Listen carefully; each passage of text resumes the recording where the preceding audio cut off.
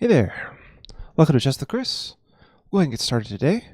Um, so I'm going to be playing classical chess, slow chess, and talking a lot about my moves here, interacting with the chat as much as I can. I got some new features to pop out for you guys. I think it's going to work. You know, I didn't actually test. Oh, there could be a problem. We'll see once you guys actually start the whole speak thing. Maybe someone in the chat can work with the speak thing, and yeah. Anyway. I really should have tested that more before I started the stream, but okay. Flying by the seat of our pants. All right, so here I am in my first game. 1896, 1831, what are his other readings? He's only played classical, but he's played 1,147 classical. So I'm playing against a classical specialist. He starts out with knight f6. Okay, so I normally play c4. I'm not afraid of the Nimzo, although even though I don't know it all that well. We'll see how this goes anyway. So Grits of Yuri's in the chat. Hey, how you doing, man? I think I've seen your name before. That's good to see you back. All right, c4 is actually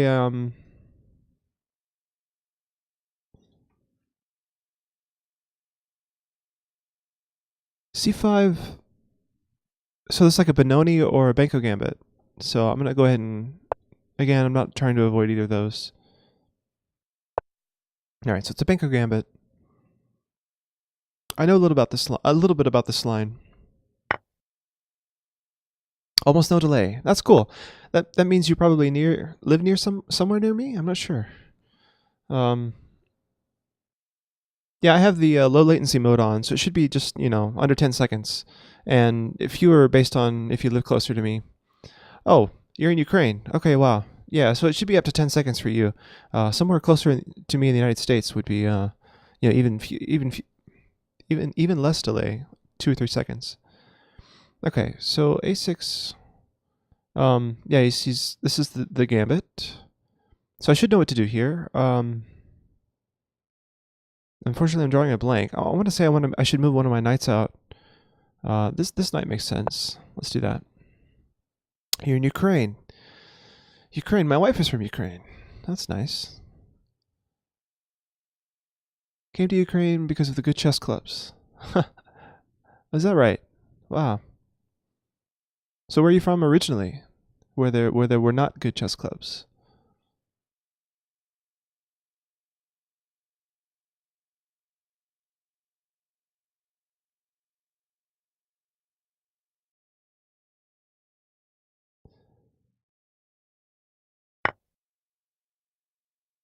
Originally from Ukraine, but I live in Peru. Aha. A Peruvian Ukrainian.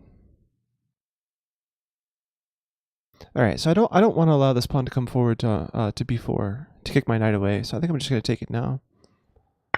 No big deal. Almost 7 years.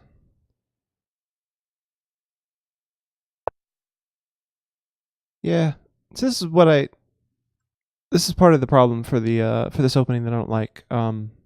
If they can never capture on f1, I'm not happy. Maybe I should just live with it. I suppose I could go g3, bishop d2. In fact, why don't I plan on that? It shouldn't be too bad. G3, bishop d2, and I have the long diagonal, similar to the way he does, actually, against my position.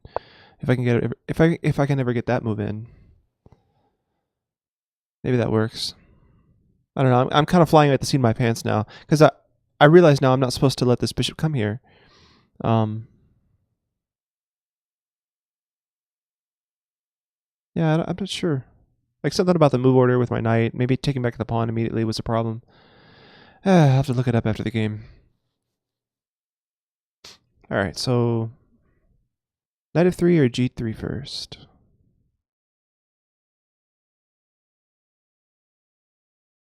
I think I'll go knight f3 first. So you moved about the same time I did, actually. I moved to Ohio about 7 years ago. 7.5. So, all right, bishop g7. I'm gonna go in with this. So I've been living in Ohio since 2011.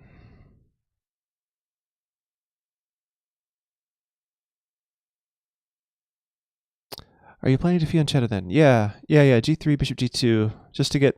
I don't want him taking and stopping me from castling. All right, so bishop D2 with the idea to castle kingside, and then this bishop won't be looking at my bishop. And I can play rook E1 and then E4 eventually.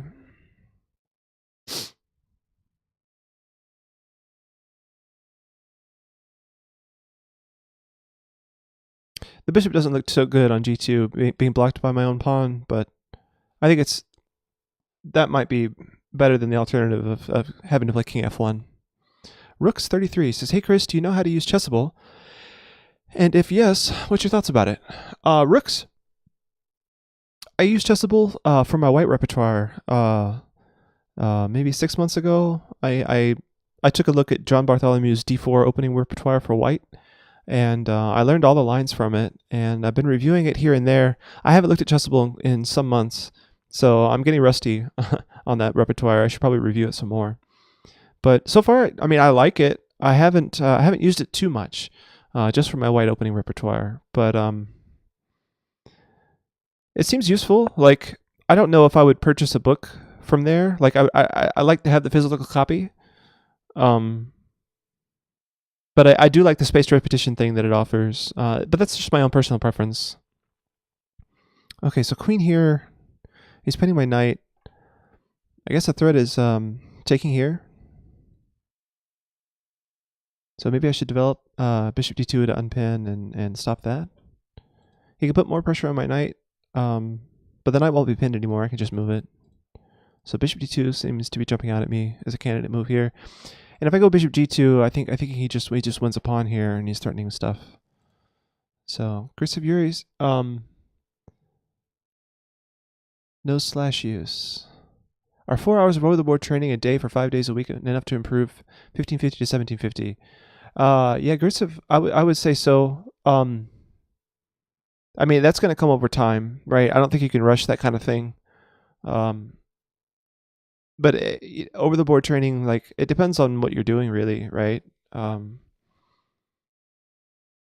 It's hard to say. It's hard to say. I mean, I think that's definitely doable, if you're doing the right things. But you know, I may not even be the best person to ask for, you know, what the best things are to do. Yeah. Okay. So let's go with bishop d2. Yeah, but rooks, I really like Chessable for what it is. I just haven't dived too deeply into it, really.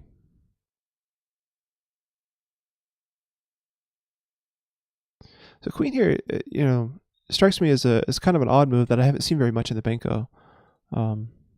After bishop d2, I'm kind of wondering, like, what was the queen really doing here?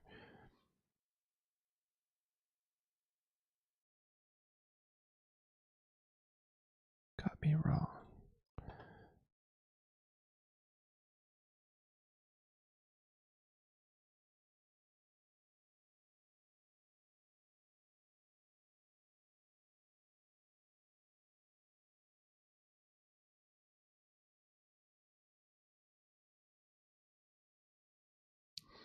Yeah, but I think at your level, 1550 to 1750, that's the gap that I made probably in the last 10 years. And I did that by reading things that I felt were complementary to my game. So like around 1500, I already felt like I knew something about my style, like what kind of positions I liked, what kind of positions I didn't, where I felt uncomfortable. And what I did was I took the types of positions where I felt comfortable, and I read more about how to play that kind of chess, which for me was positional, like, you know, playing for imbalances, you know, not heavy fighting tactical blows and stuff. Oh, hey, Sonic Castle, welcome. Rook says, I think about doing my own courses there with the books I have and wondering whether it's worth the effort. Yeah, and, you know, I think it's possible to actually make your own repertoire on Chessable, which is, I think is where it's even more beneficial, right? Because when you're making your own repertoire, you're you know, you're solidifying your own ideas. And okay, so he's attacking my b2 pawn. I can develop my queen. So he's moved his queen twice, losing time. So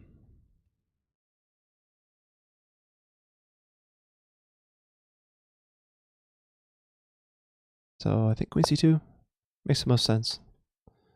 Chris Pierce says it's easier when you have a friend willing to help you in everything. Even better if that friend is 1900.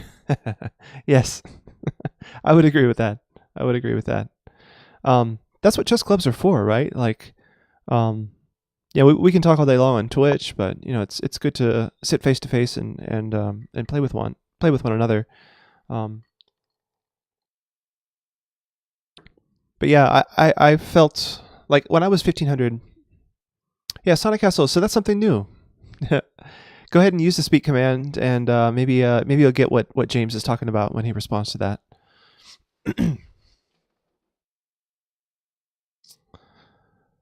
Bum bum ba da.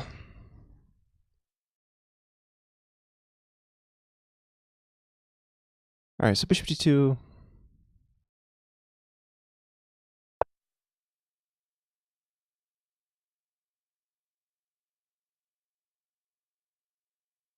Yeah, so Grisaviri, yeah, that sounds like an invaluable resource. When I was 1500, I had a bunch of A players and experts. That's like category 1 candidate master type players that I played against every single week. Every single week I banged my head up against these guys, losing all the time, right?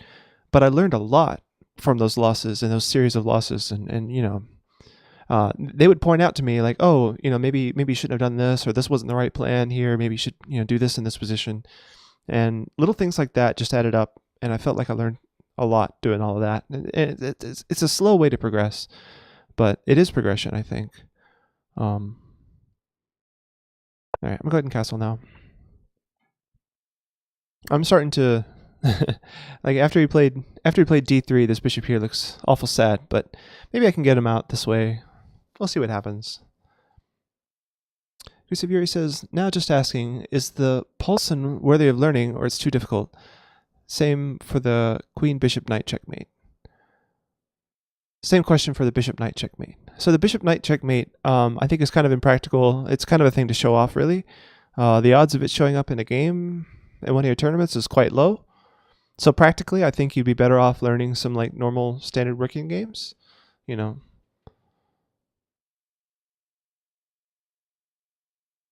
All right, I'm gonna go over here. Well, no, let's go over here. I can move the e-pawn finally. Maybe eventually I'll go like a3 and rook b1. Try for b4. So Sonic Castle, you were asking about Speak. So Speak is it's just a new fun thing for Chess with Chris. I have a bunch of sound files that I created based on a movie of a butler in that movie. So my favorite butler.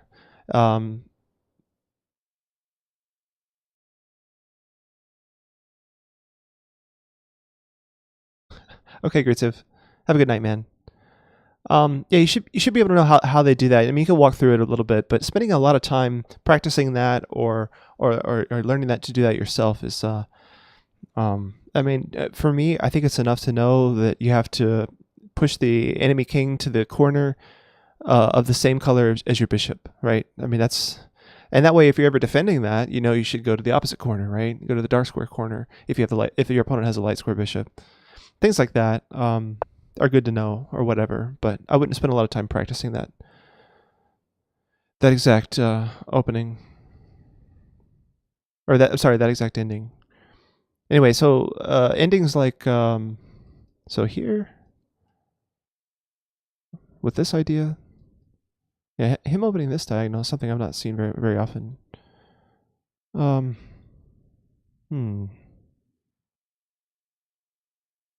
Yeah. So the speak command lists all of the things that James can say now. So Sonic Castle, you've been here a lot. I'm sure you have over 100 points. So the point count shouldn't matter to you. All the song requests take one point, right? So these little things that Hobson can say, which some of them are kind of funny. They cost 3, so they cost 3 times the amount as a song request. I just didn't want people to go too crazy, especially if you're new here and that kind of thing. So to check your points balance is just exclam points, and then you can use any of the commands that you see above to play a sound, which I hope will actually work. I hope this will work. I didn't actually test it in a recording, so I think I had this set up right earlier, and I tested it, but I haven't tested it lately. Yeah. So you have 100 points. And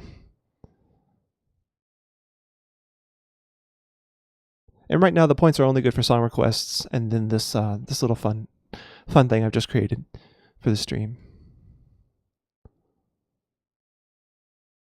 Yeah, I spent like an hour and a half or 2 hours making all those wave files and then creating the commands to play them. I think the longest one, well, first the shortest one is yes. It's just him saying yes, and the longest one I think is I think might be unloved, which is like a whole speech about you feel unloved, everyone feels unloved, that kind of thing. That's pretty funny.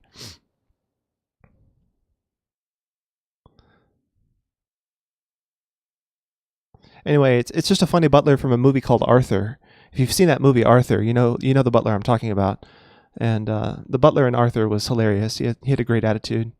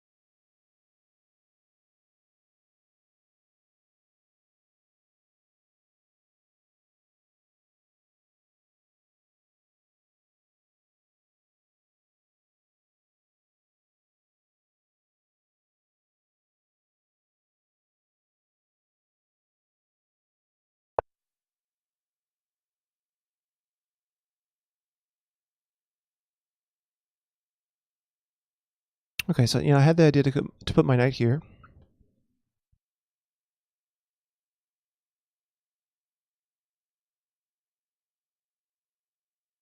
Okay, I'm normally not allowed all this queenside pressure, like putting my knight here, getting the bishop here and the knight here. This sort of thing doesn't normally happen in the Benko.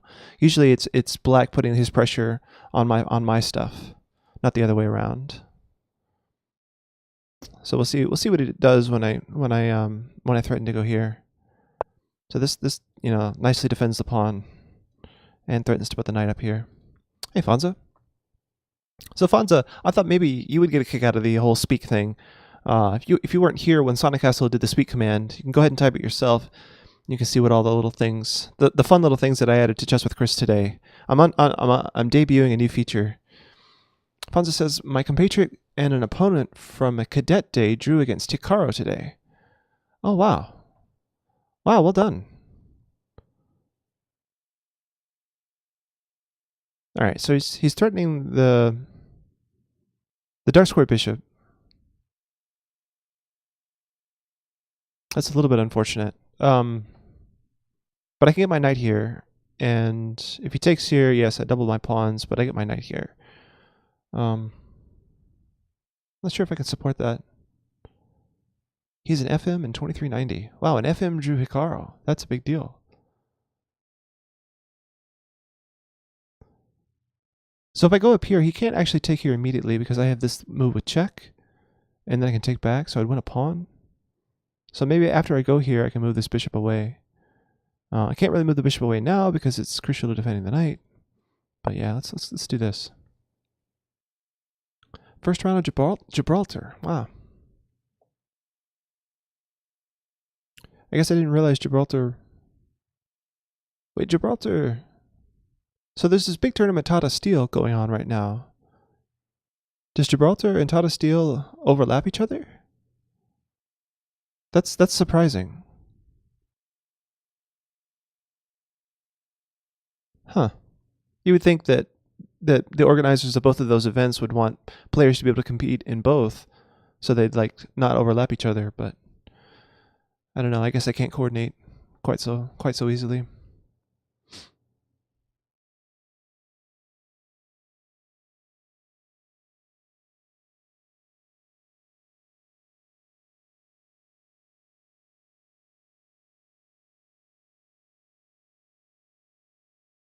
MVL, Erodian, Hikaru, and many others. I guess that explains why MVL isn't playing in Tata Steel, for example. Or maybe is Tata Steel only invitational? I don't know. I don't know very much about high-level chess.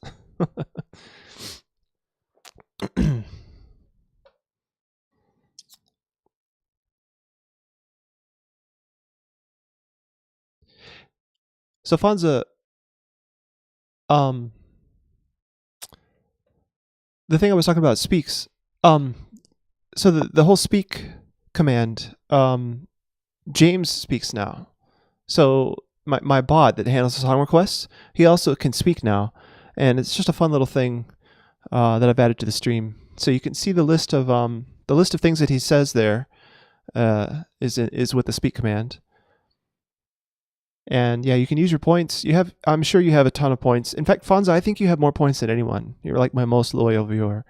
So okay, so now I can move my bishop probably here.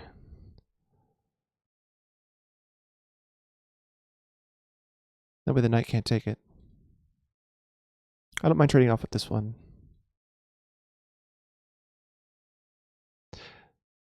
So I think you have to type out the whole command, unloved, with a D, Rooks.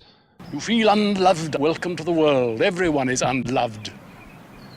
Now stop feeling sorry for yourself, and incidentally, I love you. Nice. So I think that worked. Did you guys actually hear that?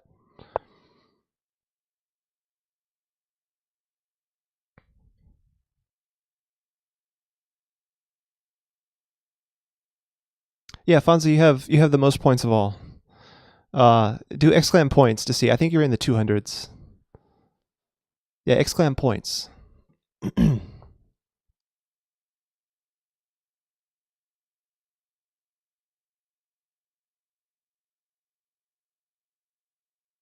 Oh, good. You heard it. Awesome. Oh, you have 400 points. Wow.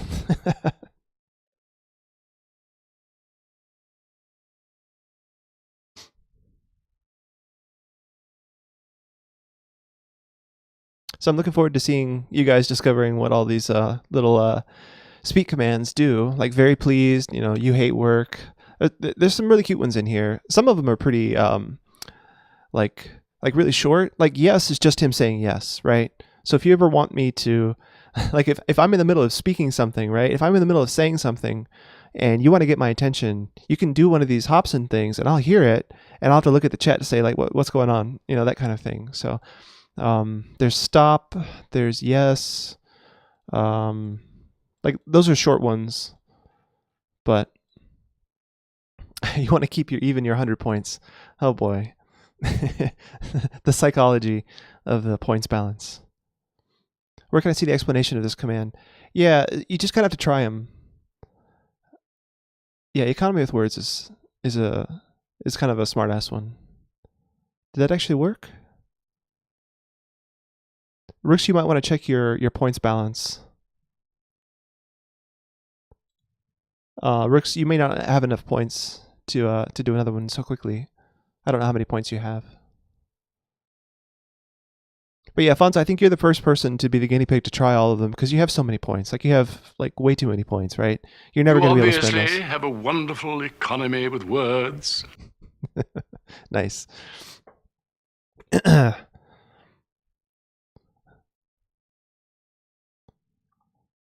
if you feel like that if I'm not speaking enough or I'm not saying enough, you can always interrupt me with that, and maybe I'll try to say something.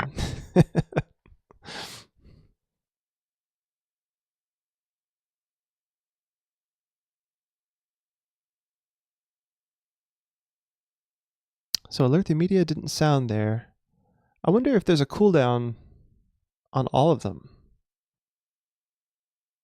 Or did I spell it wrong? Alert the media. I should diagnose this. Alert the media. Hang on.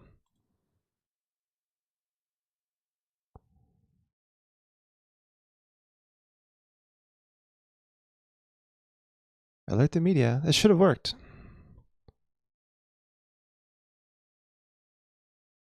Yeah, I think the cooldown timer affects all of them. Oh, I didn't expect that. So they all have a cooldown timer of 1 minute. That's unfortunate. So that means you can only do one command every 1 minute? Oh, that's not what I wanted. I wanted each of them. Chris, you really want us to check out the speaker command. Yeah. So I think the cooldown is affecting that at the moment. So I think I'll put the knight back here. That makes... Oh, no, he's got this. Ouch. Alright, I think I can play e3, though. Well, e3 will support my knight. It'll block the queen from coming here. And then I can come back here.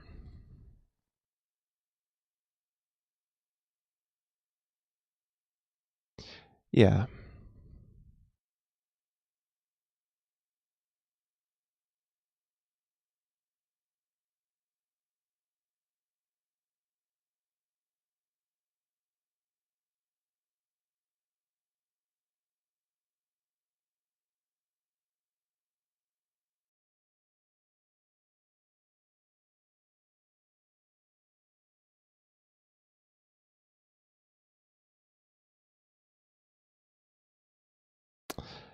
Rook says, "Oh no, my connection was lost. I missed the economy thing."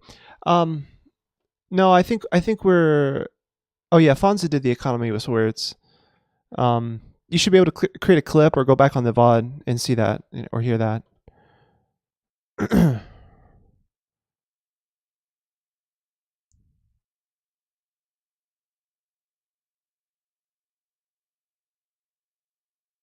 So Rook's...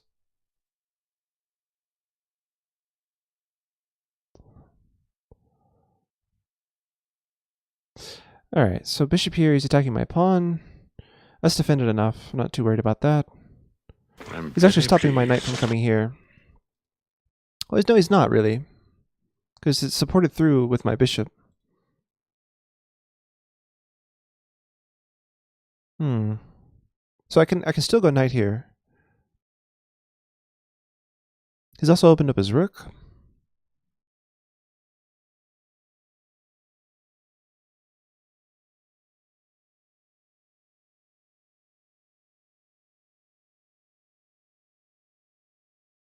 So what do I do after knight here or knight back?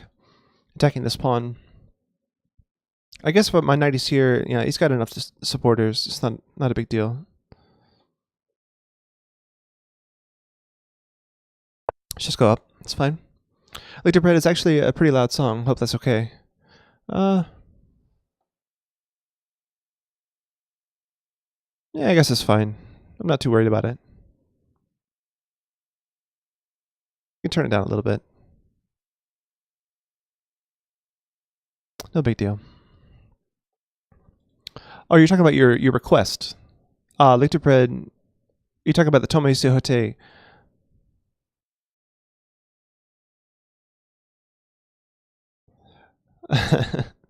Yeah, Fonza. So the points... You were talking about your own request. Okay. Yeah, alright, that's fine. I'll adjust the volume if needed. So he goes here.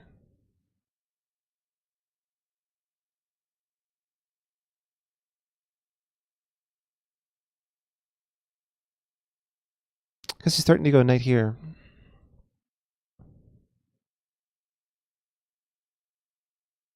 So Fonza, I'll talk about what you asked here in just a sec.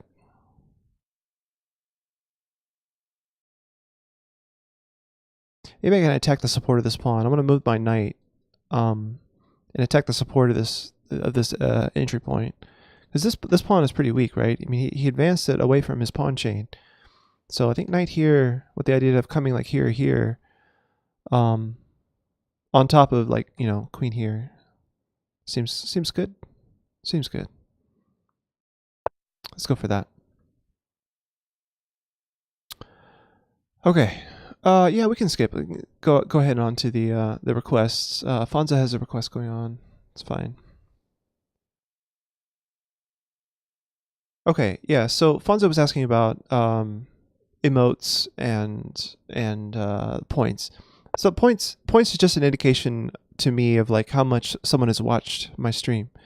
So it doesn't really mean much beyond that. Like, the points are earned based on the amount of minutes you spent, idling in my chat, or So it's nothing. Oh, he's actually threatening here and here. Wow. So I think rook here is forced. And after sacking the 2 pieces, he gets the second pawn, right? Oh no, my king is defending this. Yeah, okay. That was unexpected. I didn't consider that. I'm still threatening here.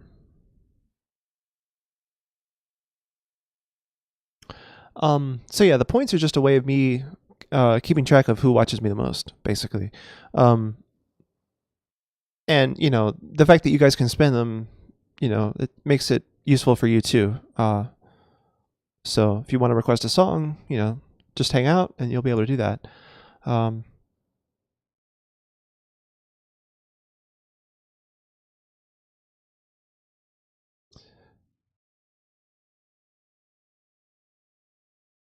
I see the number of viewers. Do you see the viewers' names and how much time they spent? Yeah, but only because I have the points. Wow, so he's sacking this. So I'd be surprised if he does this. I would think he would go here.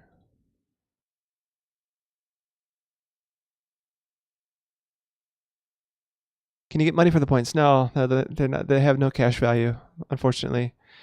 Yeah, so Fonza, I can see the viewer count live, and if I wanted to, I could look at the chat room list of people, and you could see who was here. I don't tend to do that very much, but with the bot keeping track of all that for me, I can like sort people by viewer number, or viewer minutes spent, or like points earned, and yeah, I can just go through and see how many hours or how many minutes you've spent in the thing. Okay, wow. So queen here. So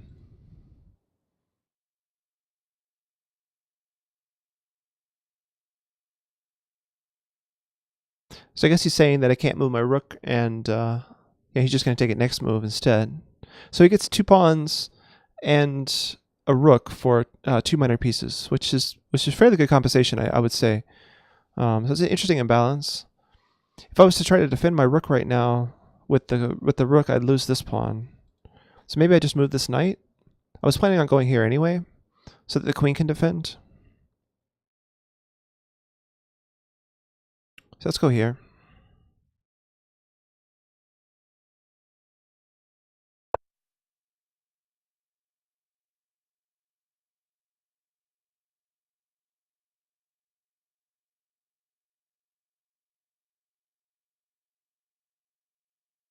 C4, E5, and black is lost. Yeah, I'm not sure what you mean by that.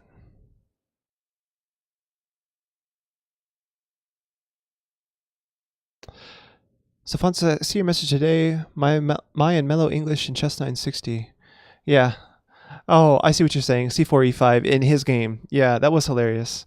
Yeah, I went back to the video and checked out your game afterwards. That was pretty funny. I was frustrated though by the way the clock starts. The clock starts after your first move, so I could there was no way for me to tell how long he spent thinking about his first move. It seems to me like he played it instantly, but maybe he did think about it and really missed it.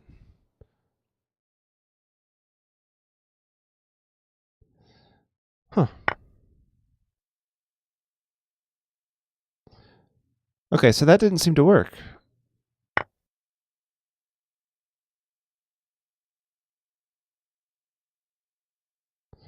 That's so weird because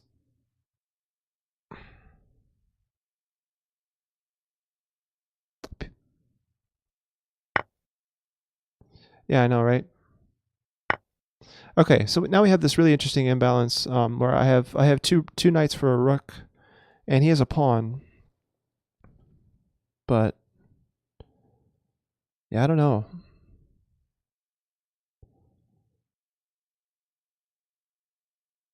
Like all of my pieces, outnumber his, right? So I should be okay here. Usually the 2 minor pieces is better, and the fact that he has an extra pawn is a little bit inconsequential, I think. So he got 2 pawns really there, but I was already ahead of pawn, so now he only has 1 pawn for the imbalance.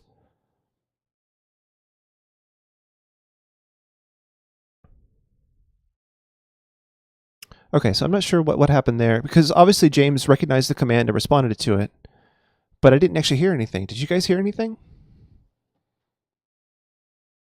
Did you guys hear him talk?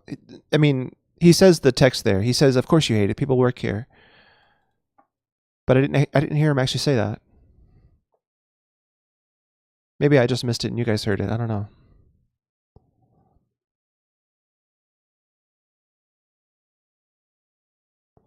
Maybe 1 minute after my command must pass.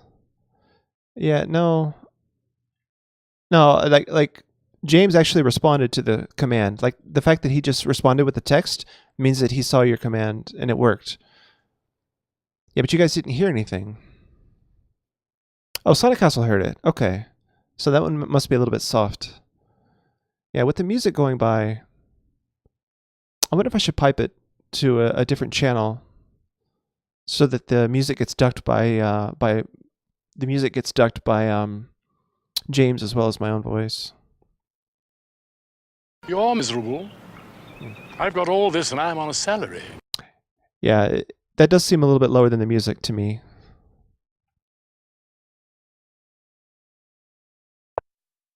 Let me turn the music down for a little bit.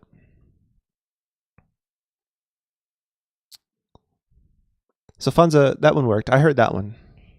Sonic Castle, Chris, we have to make a decision. A different version cover of Mind Brand. Okay. Yesterday you mentioned a multi-language edition. Let's try the multi-language one.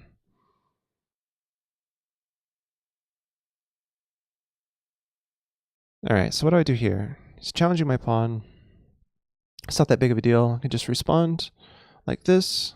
If he takes, if I take, I'm not thrilled about that idea, because then his pawns become mobile.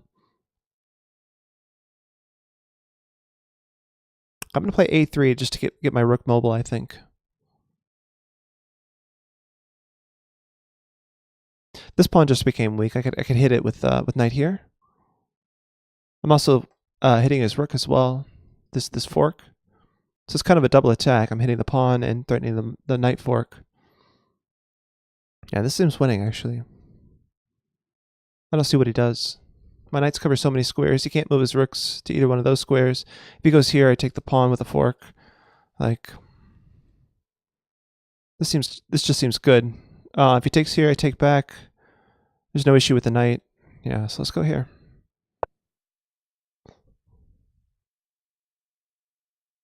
Okay, cool. So we're doing the multi-language one. Yeah, so Fonzo, that one worked. The whole "you're miserable" thing. Those are cute little things. I wish they were louder though. I may have to increase the volume.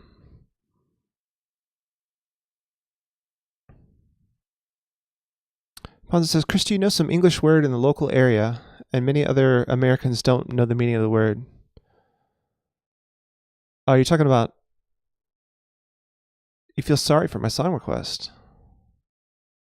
Bazinga? Why do you feel sorry?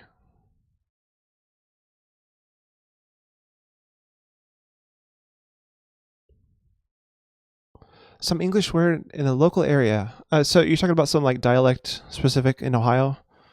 Yeah, I mean, not being from here, it's kind of hard to say. I'm trying to think of like words that I know from other states. I mean, there's words from like where I'm from the South that people use that people just don't use up here, but they still know what it means. I can't really think of things that someone might not even know what it means. That's a tough question.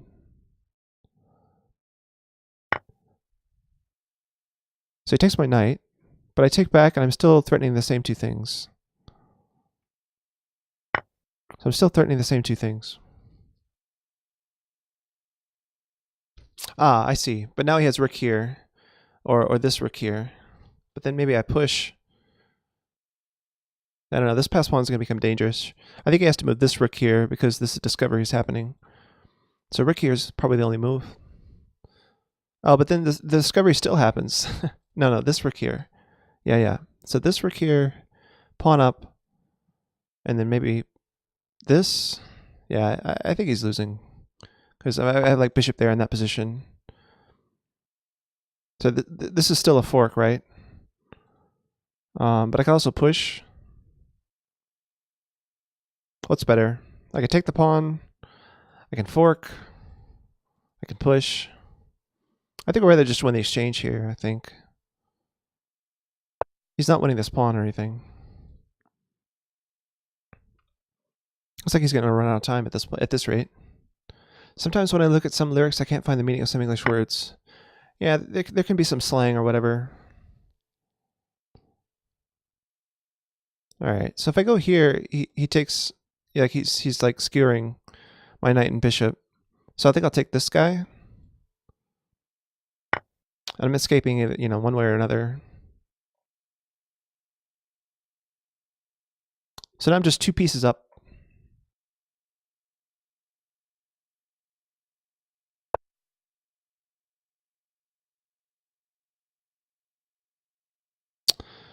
Okay, let's defend my pawn. He's going to get a pass pawn, it looks like. Oh, he didn't play c3. Okay, how do I stop c3?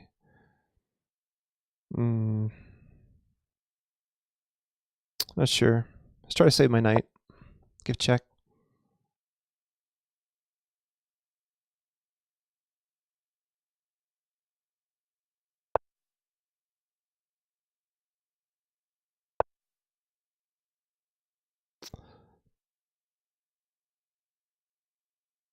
Sometimes you hear a song, understand every word, but still don't understand what's going on. Yeah, the poetry can be obtuse. Yeah, difficult to understand. Please play king here. For instance, the Aerosmith song 9 Lives. Well, just feel like I've fallen in love. There's a new, cool, some kind of verbooty that fits me like a velvet glove. So what is verbooty? I have no idea. I'm not sure what he's saying there. It may not be verbooty. All right, so I think some accuracy is still required in this endgame because he has a lot of pawns for the 2 pieces. But as long as I get my king active, and I should be okay here.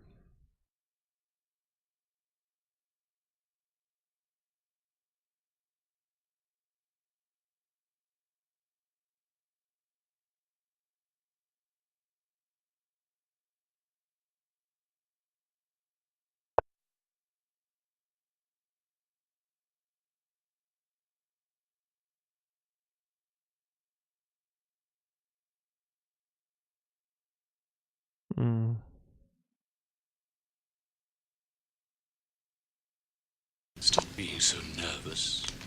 Later on, we'll get ice cream. Stop being so nervous. I like ice cream.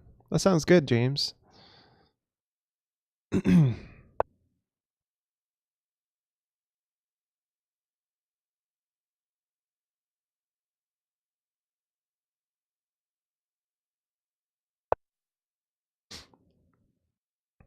Who made these commands? I did. But they're all from a movie, right? So the butler in the movie Arthur spoke all of these things. So I just cut them from the movie Arthur. That's a really good movie if you haven't seen it, by the way. The butler in that is not to be forgotten. He's hilarious.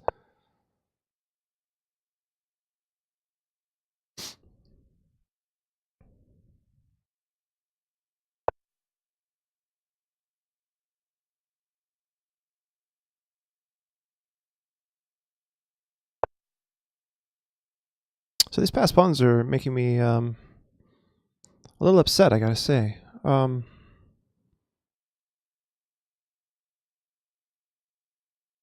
I should start pushing my own. I don't know what to do here.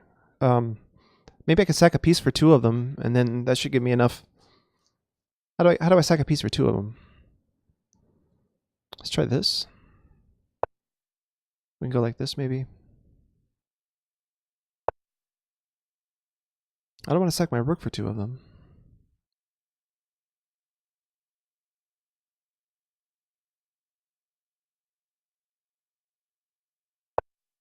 So I think if he goes here, I'll just take.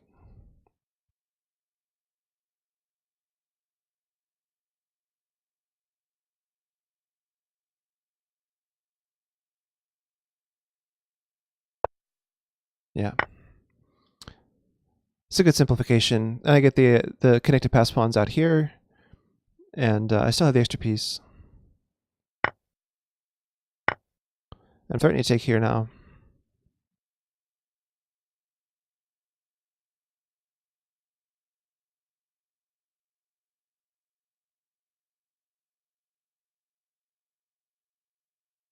Let's sack a piece for 2. I don't want to sack my rook for 2. Yeah. Yeah, I still want my rook. I'm in a minor piece. Come on. Minor piece for 2 pawns in the endgame. All right. So king here or takes. I like my pawns. Yeah, he can't defend this.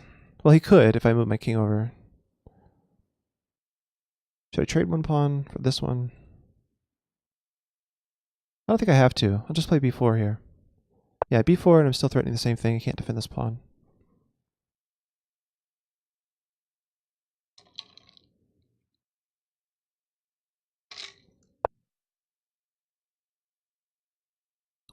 All right, I'll take here now.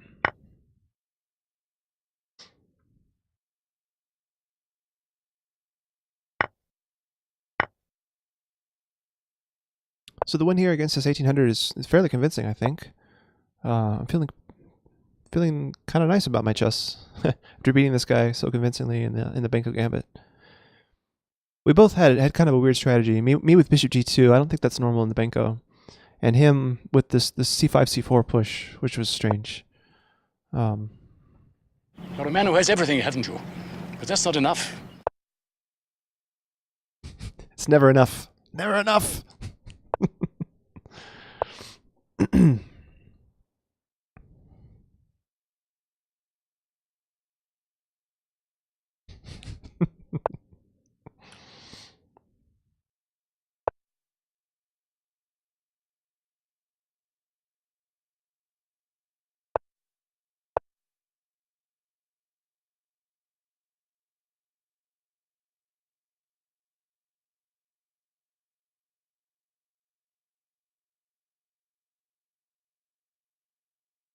So, you know, James is going to have to compete with the music on the live stream, but on YouTube, it's just my voice, right? Like I don't record the music when I upload to YouTube. So in the YouTube, it'll be just my voice and Hobson's voice. So trying to balance that. It's kind of a little bit tricky. But so Sonic Castle is doing something exciting. Everybody else is trying to fall asleep. Sonic Castle wants to wake up. All right. So my opponent says well played. I'll say the same thing. Well played. Let's go to the analysis here. I feel like some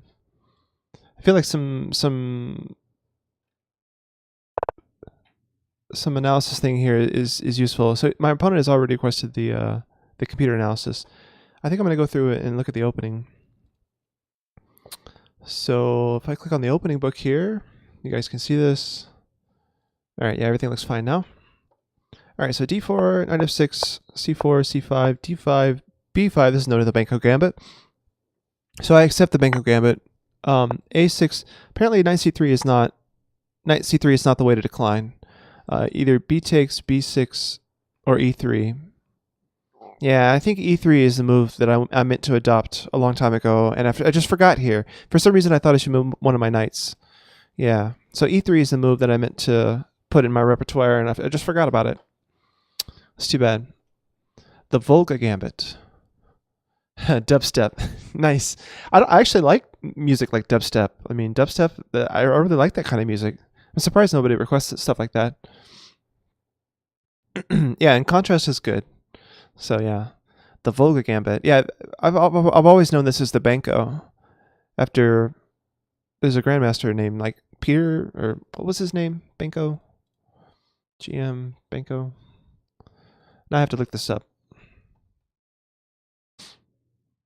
Pal Benko. Pal. I was thinking Tal, but that wasn't right, because Tal is the Latvian guy. But yeah, Paul Benko. Where was he from? Bum bum ba. Oh, so he's a He's an American grandmaster from Hungary. Neat. Paul Benko. All right.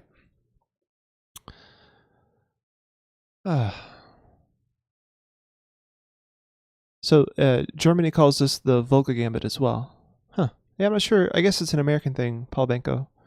Because he is an American, right? Paul Benko, Benko Gambit. All right, anyway, a6. So yeah, I should have played e3.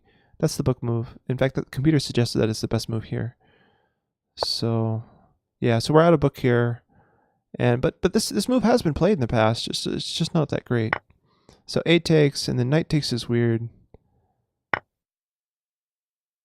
See, I like this. Is this the one you're mad about, or you're sorry for, Sonic Castle? Oh no, this is rooks. Yeah, that's just fine. I'm not sure what Sonic Castle requested though. Sonic Castle is next. Oh, that's Mind Brand. Oh, that's what you always request. All right, whatever.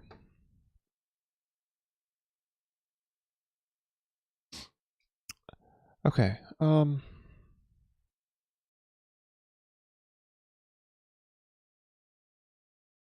Yeah, I've heard it called the Spanish here. Sonic Castle. Even in the United States, I've heard people say the Spanish. I'm playing the Spanish, right? E4, E5, knight f3, knight c6, bishop b5. The Spanish. Yeah. Okay. Yeah. So bishop a6, and then we're still in book though. But knight c3 is just not all that great. Has a better record for black, really. Well, we've transposed into a line here, though. I guess we've transposed into this taking line, kind of. So after g3, I can play e4, and I'm fine. Oh, I played g3, but that's I didn't play g3 right away. I played knight f3 first. But there's been a lot of games from this position, so we're not that far out of book actually. So g3, yeah, g3 is relatively fine. Queen out. So queen a5 is a weird move. Yeah.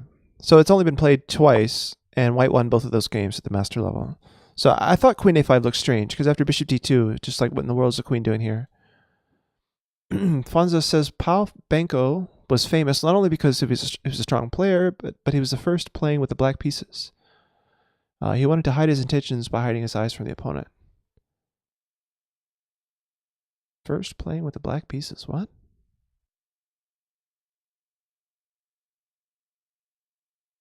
Oh, black glasses. Playing not black pieces, but black glasses. Right. So sunglasses. He wanted to hide his intentions by hiding his eyes. That's funny. Almost like a poker player. Yeah. I didn't know that about Pavenko. That must be on his Wikipedia page. All right. So anyway, we get this bishop d2 line. It's supposed to be really good for white here. But after castles, we've transposed into some line where black has won before, but all right. So queen b6 has never been found. So my opponent was the first to play something, the novelty or whatever, but he was already in a line where everything was good for white. So, all right. So let's look at the analysis here. There's a couple of bumps here where it looks like I lost the advantage. So I played knight d4, and that was bad. Not sure why. Computer wanted me to play like rook d1.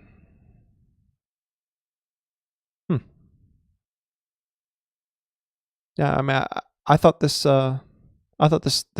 line actually worked well for me. I'm not sure. So what's the problem with knight d4? So after knight g4, apparently black is equalized. I don't understand. I don't get what. Oh, I see. Knight g4. I mean, he played knight g4 at some point. In fact, I think he played it right away. Yeah, and I had this issue with this bishop here. But yeah, but then he didn't take my bishop, which I was shocked with. Yeah, the bishop actually said, the computer says to take here. After taking here, king h8, f takes, and then knight e5. Apparently black is fine. Interesting. Yeah. Somebody requested some dubstep before we even were talking about it. I'm not really sure what we call this dubstep, but it's close. Finished a pretty difficult puzzle in the Portal series, Mel. Oh yeah, you're playing the Portal. You mentioned that last time. Yeah, some of those puzzles are really tricky.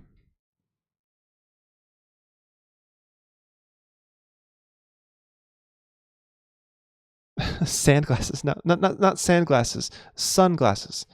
Fonza. Sorry. Yeah, sunglasses. There you go. Sandglasses. No, it's not quite right. I mean, sunglasses almost makes sense because you wear sunglasses at the beach. But yeah, the point of the dark glasses is to hide your eyes from the sun, right? So sunglasses. Yeah. The star in the sky. All right.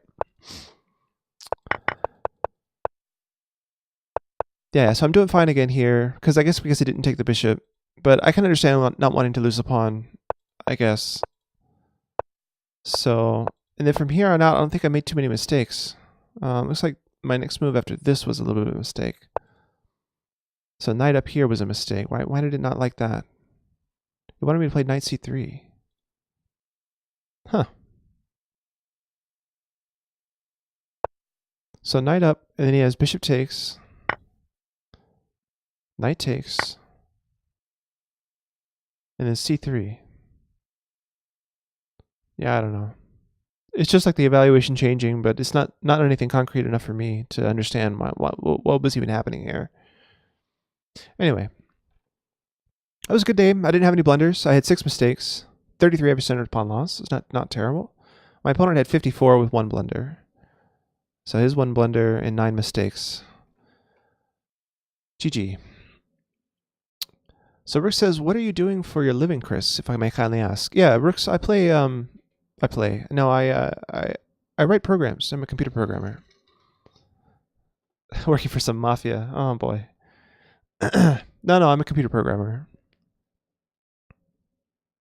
Mel is a mod you can download for Portal 2 for free from Steam. It's all community made. Oh right, they have the community mod. It's not even a mod. It's like built into Portal 2, where you can like download stuff. Yeah, and a lot of the community stuff was really good, so that they upvote all the best ones. So yeah. What programming language? I use so where I work, it's PL SQL, and PL SQL is the proprietary language that Oracle created to run on their database servers. So I write PL SQL mostly, but I know a lot of other languages like Python, JavaScript, Java, different ones. I've had experience in C, C++ as well in college. Also Visual Basic, not too much. Anyway, all right. So let's play the next game in the stream. You can create your own language. That is possible. In fact, there's a whole what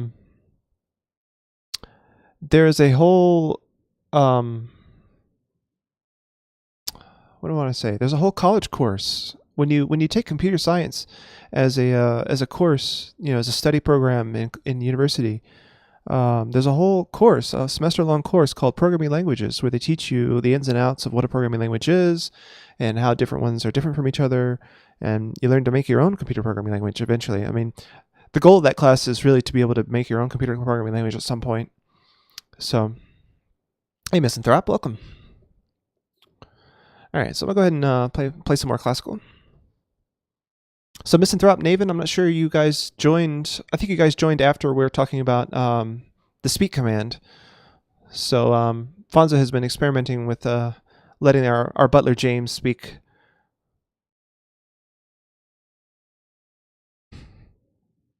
Some multi-language. Nice. So there's some German here. All right, so now I'm against Pavlukov.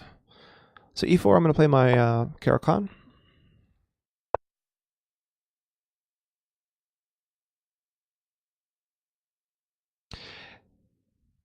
Yeah, the thing about these things is they're obviously covers.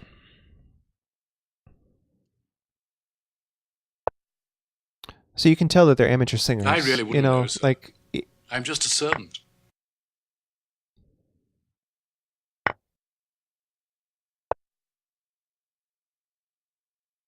Wow, h3. Stopping bishop g4. But I'm just as happy to play bishop f5 here, I think, so...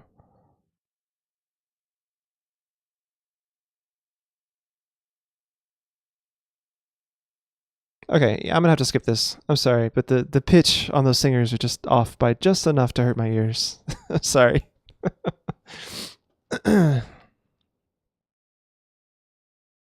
That's why it's multi-language, I guess. Alright, so h3, throwing me for a loop, getting me out of book. So bishop f5, I think, is my main candidate here. Yeah, let's go for that.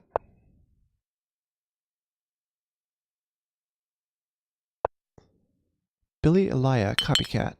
Nice. Oh, thanks for the follow. Okay, so after d4, I have a tempo here with queen c7 hitting his pawn.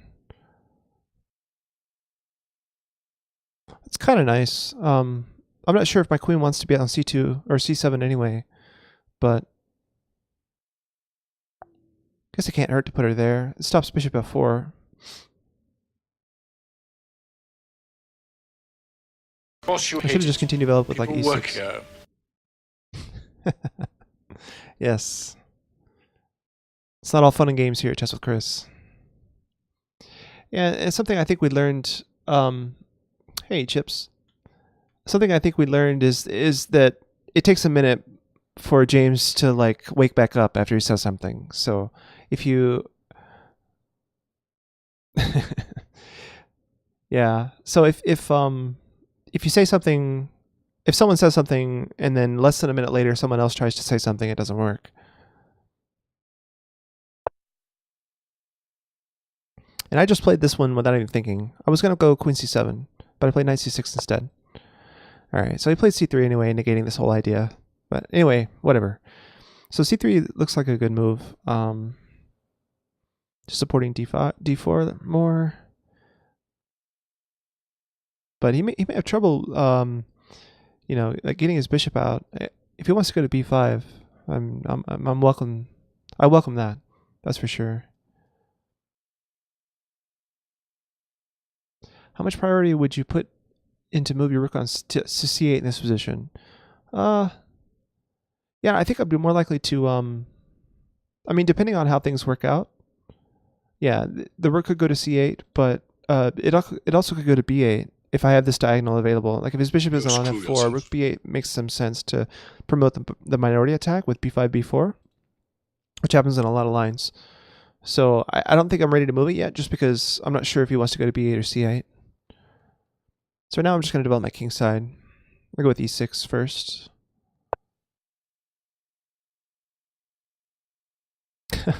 Naven, did that actually work? The whole go screw yourself thing? Oh, nice. Yeah, I didn't hear it. For some reason, the music is louder in my headphones than James is.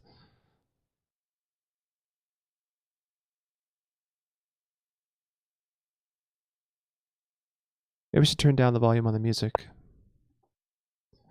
I think it's possible for me to turn the volume in my headphones down without modifying the stream somehow. There must be a way to do that, but I can't think of it right now. Because I want to hear James louder in my headphones than the music. I may have to figure out how to do that later.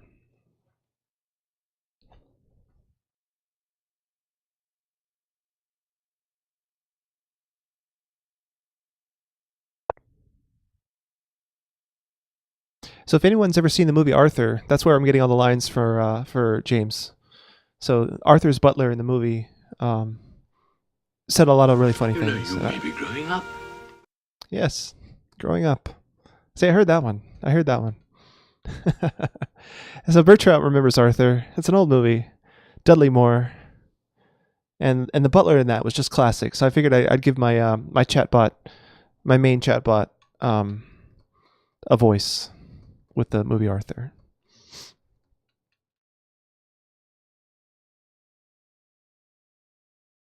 Just something fun for Chess with Chris. All right. So I think my main idea is just a castle here. basically got the setup that I want with the Caro-Kann. I don't have the c5 break anymore that I would normally be shooting for, but I can play for queenside minority attack instead. So Naven did it again.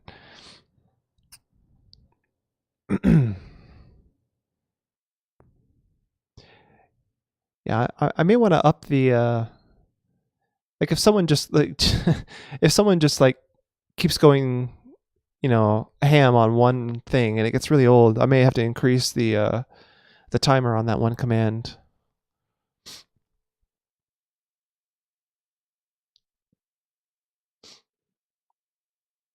All right, so he's played Rook E1.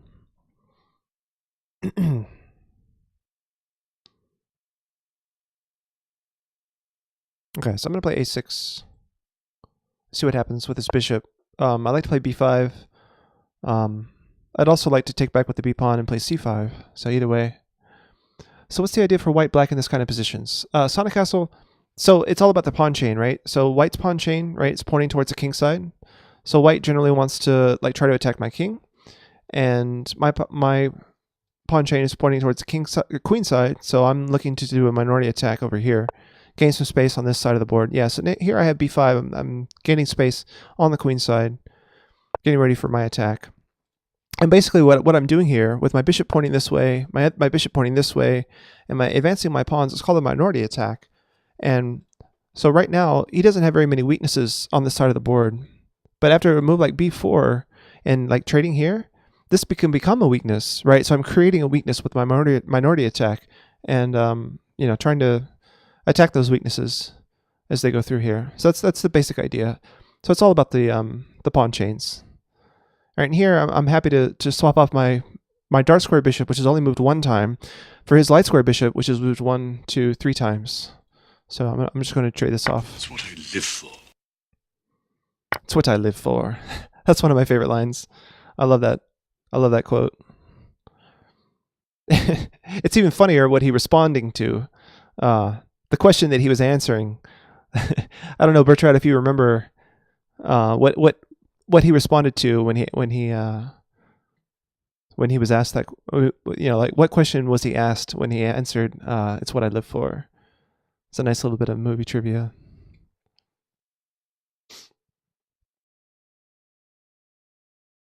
So b4 maybe? b4 immediately. Seems okay.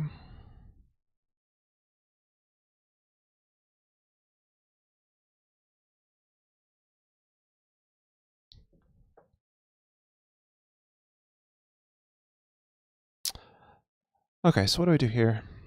Yeah, Bertrand, you're right. Arthur says, "Would you like to run me a bath?" And Hobson replies, "It's what I live for."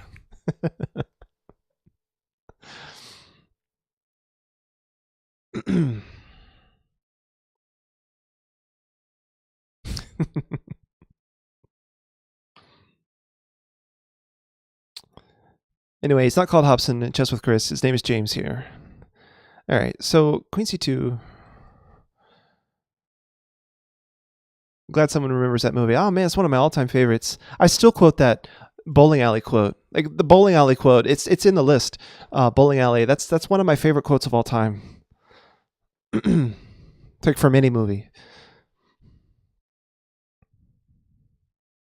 All right, so I kind of want to go Rook C8. I guess it's Queen. I also want to go B4 immediately. Usually one must go to a bowling alley to meet a woman of your stature. Oh, it's so classic. Such a serious burn from that accent. Classic. All right, so B4 or Rook C8. I think B4 first. Seems interesting.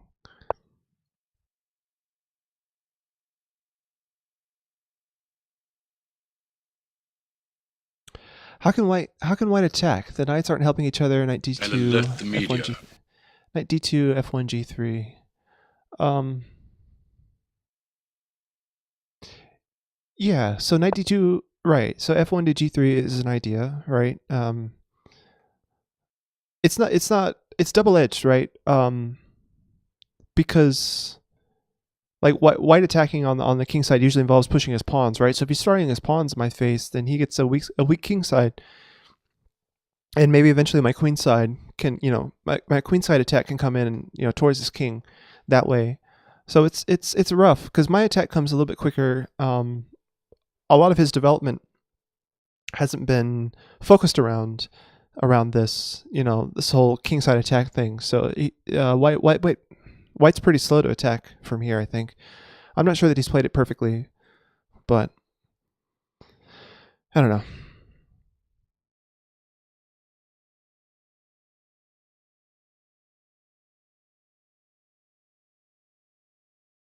Yeah, Sonic Castle. I have a similar feeling about the position. Yeah. So queen here stops bishop f4, and I'm threatening to go knight here. Am I? No, I'm not. So if I take here, he has to take back with a b pawn. That seems good for me, just to create the backward b3, the backward c3 pawn. Because if he takes back with the queen, then I skewer. So let's go for that. And after the pawn gets here, I think I can go ahead and put my rook on b8 and the other rook on c8. And that'll be a good plan.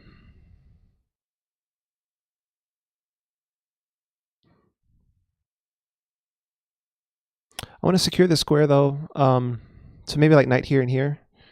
He doesn't have a light square bishop, and the knight would feel pretty secure here. So let's do that right now, just to avoid him going on this pawn break. Got to stop this move. Yeah, E chips. I'm trying to stop c4 right now. Maybe he could have played c4 earlier.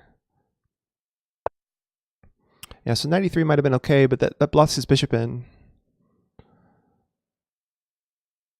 Okay, so am I in a rush to play knight c4?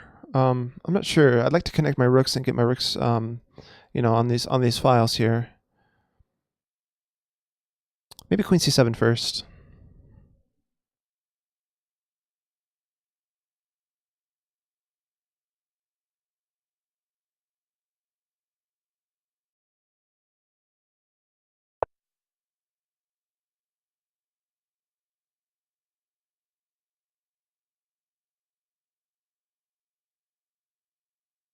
And it is a job that I recommend highly.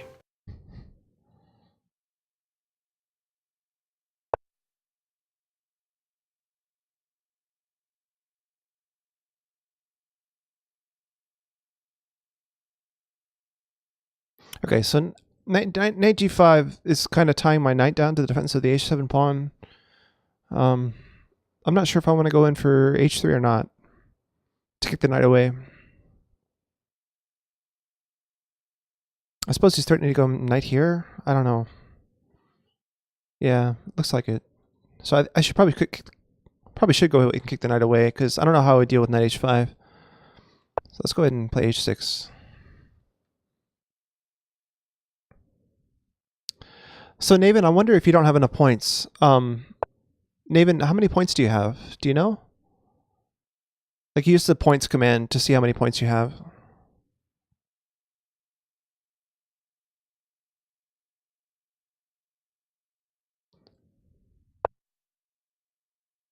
Yeah, so you don't have enough points yet. In about 15 minutes, you should have enough points for another one of those speak commands. Yeah, so it takes 3 points to do a speak command.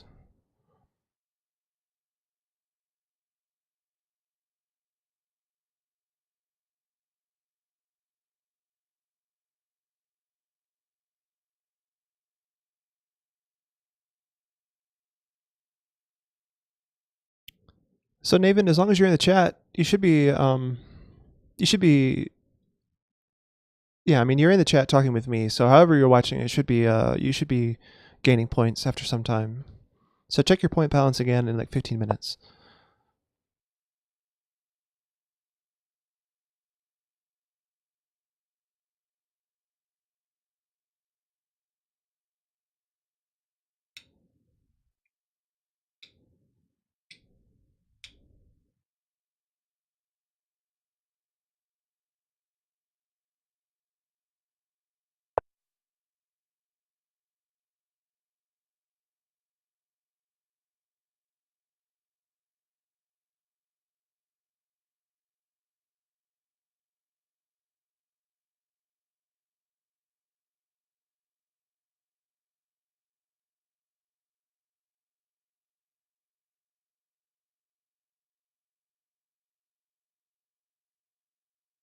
Um,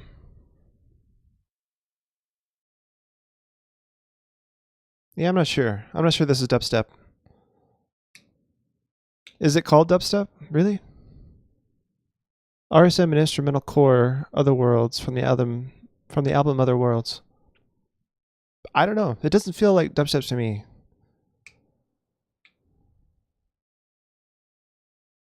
But I'm not the world's expert on electronic dance music. That's for sure.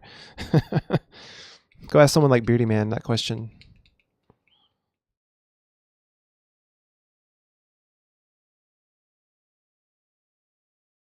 Orchestral dubstep. Okay, that's funny.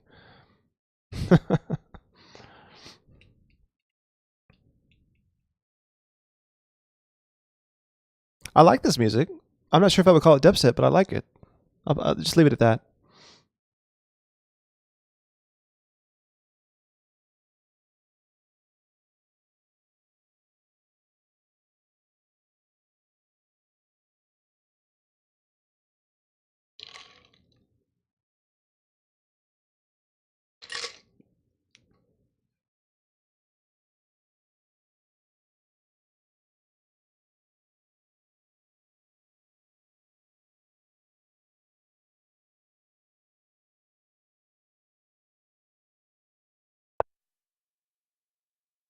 Okay, so here I was thinking knight c4 with the idea of knight e3 forking.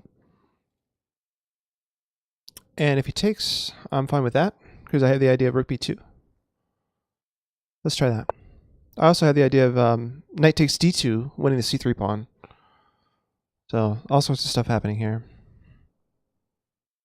Sonic also says, I mean, I could request what you would definitely call dubstep. Yeah, no, I mean, whatever you want, man. Whatever you want.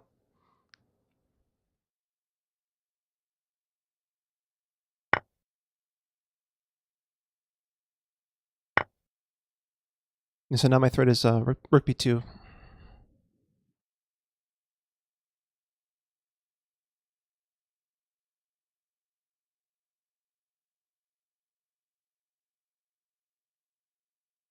I look forward to your next syllable with great eagerness. Great eagerness. Great eagerness.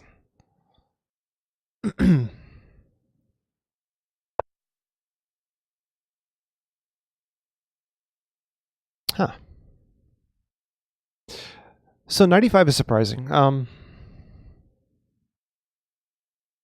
He's challenging my knight.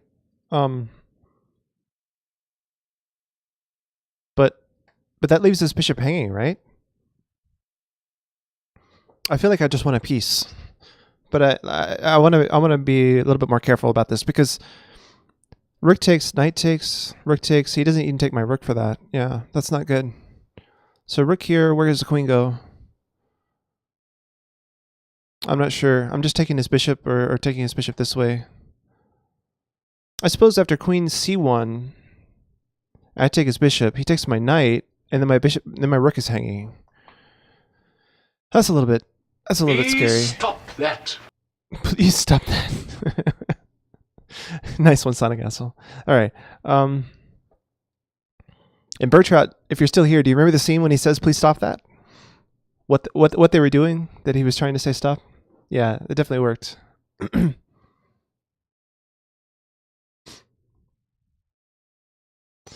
Oh, this is tricky because I really want to play rook b2, but I'm afraid like after queen c1, I can't take the bishop.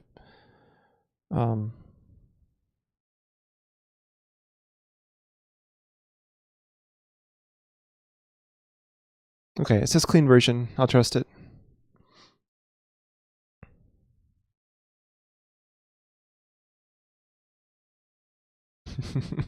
Okay, good. Yeah, so he caught Arthur in bed with the woman that he fell in love with. So he was coming up from the elevator in the mansion while they were in bed, and he's like, "Please stop that." Yes, it's been a distinct pleasure meeting you.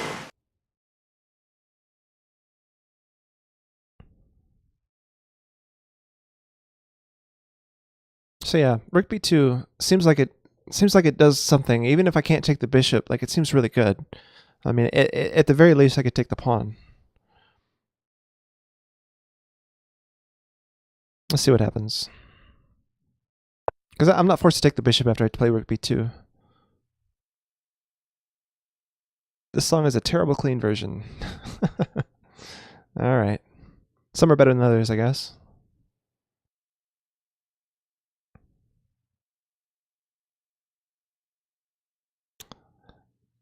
So Navin, if you requested this, you know, you spend 1 point on a song request, but you have to spend 3 on the James speaking thing. So yeah, choose how you're spending your points wisely.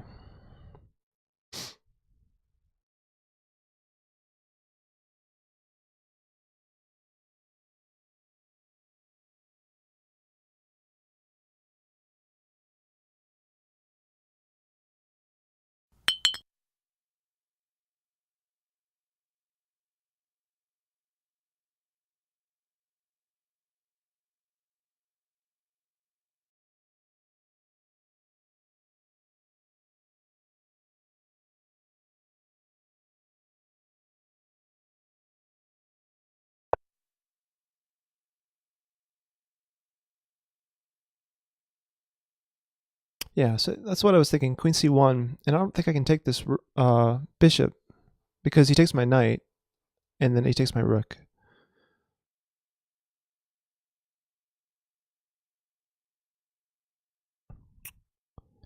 And I'm not saying anything to do with my rook. Like, you know, if his rook was here, no, that wouldn't work anyway. But and if I take his rook, if I take his bishop with my knight, he takes my rook.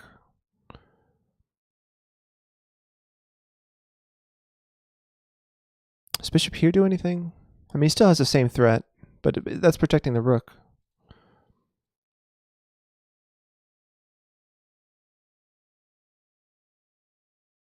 It's thrilling to meet you.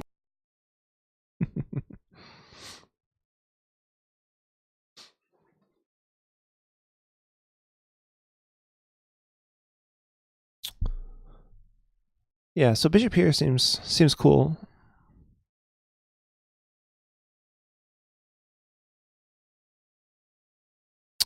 Maybe I should look at this. It looks scary, but I'm not seeing anything right away that I have to respond to. I can always bring the bishop back to f8 to help to defend. All right, let's work on this. So I'm just protecting against this, trying to protect the rook.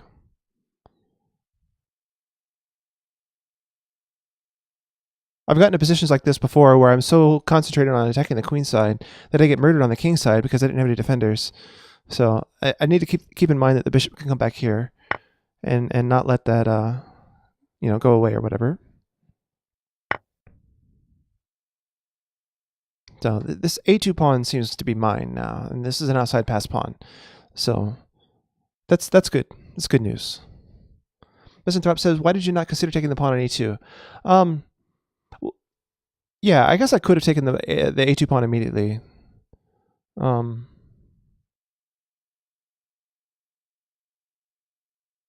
not sure. I guess because I realized after bishop a3 that the pawn is dead. You know, there's no way you can defend it. So there's no reason to rush, really. Misanthrope. Patience is usually a good thing in chess.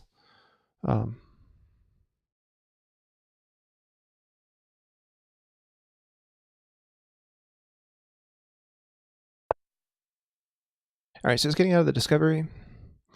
But I can go queen here now. That looks kind of devastating to me.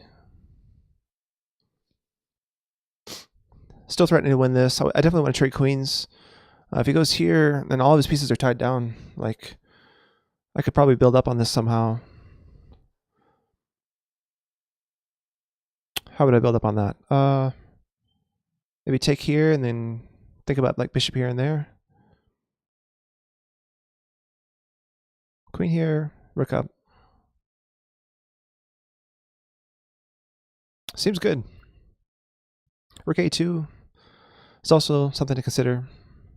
But I like tying his pieces down. Like queen here, just like, man, puts him on the ropes. Let's go for it.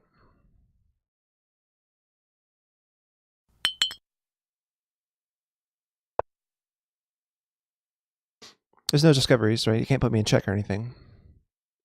Naven says, don't get mad at me, but yesterday I made a random account and used an engine to see how fast Lichess could find and ban me. Oh, that's interesting. So you're like testing their system? So how did that work out for you?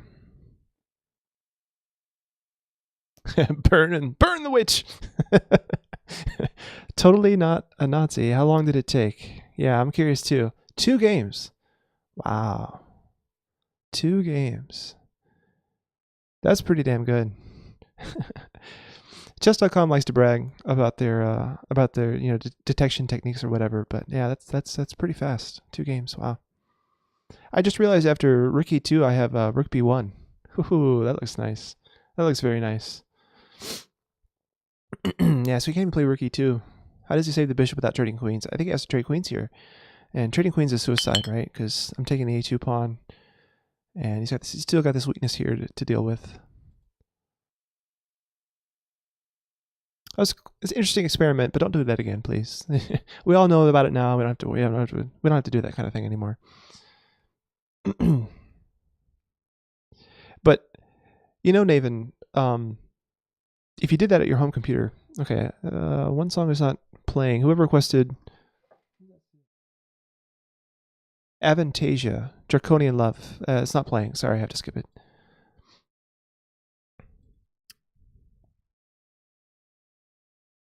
Okay, so this is a clean version, but it's still obnoxious. I'm sorry, I have to skip this. Like, that's just not working for me. Sorry, guys. Okay, so bishop back. Yeah, I have to trade here because it's discovered. And he's doing this as well. So I take here, then I take here. I should be able to do well in this endgame. I also have rook here. Ooh, rook here looks even better than taking the pawn. Rook b1. All right, skipping that as well. Oh yeah, so Naven, if you did that at your home computer, then Lichess knows that you're a known cheater. So they're going to be more likely to ban your real account if you ever play like super good. So you're taking some risks by doing that experiment. They save the IP addresses of known cheaters. Yeah, so be careful with your real account. That's all I gotta say. So Rook B1 looks amazing here. He has to play like knight here, and then I can put my other knight in. So Rook B1. But I'd also like to take on A2, just winning the pawn. After Rook B1, he has knight E2, so I'm not winning a pawn right away. But I think I can play here, and then you can't deal with this pawn. Because I can take, he takes, and then I take. Yeah, I think I'm calculating that right. So let's go here. Just tie them all down. So you're saying that I could get banned because I'm on a winning streak in Atomic? Yeah, I don't know, Naven, exactly how that works, but I do know that they're harder on cheaters that have done that in the past. So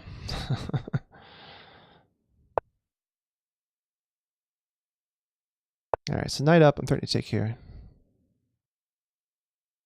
All right, Bartrout, thanks for stopping by. Why is it Mine Brand unclean for you? You know, Sonic Castle, I did notice that there were bad words in that before. Like, not too recently. But it's so subtle. I don't know.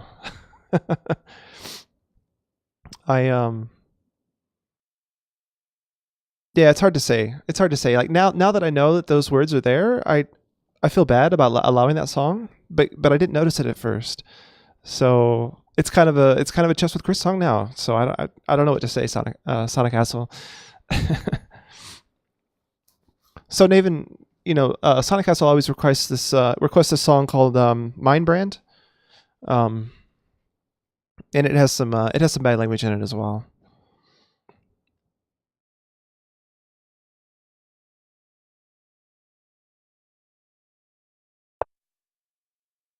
All right, so I take here, he takes, I take. He has to take again. I take here. And I just have a majority here, and the bishop versus knight. It should be okay.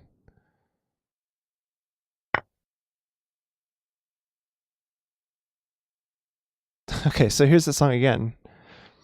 An English cover. Yeah, so welcome to the mine F is what they're saying, right?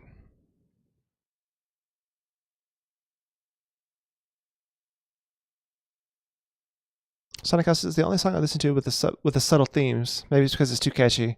It's a catchy song, right? The dude was talking about his Wiener One song. That at one point that was distracting. Yeah.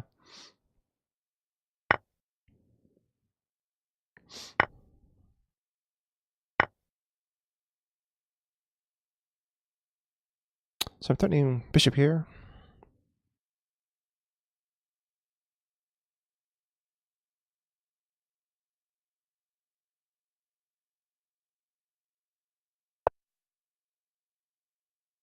Okay, so I can just take here now.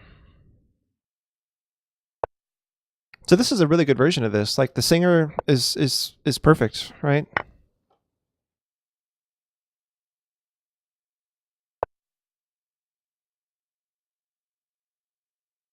Oh, but it's bleeped out. Nice. I really like that. Ah, thanks for the raid. Who raided? Studio Chess. Thanks very much. I appreciate that. All right, so I'm gonna get my king in the action. This is a one-in game, but I still have to work with it. Work for it.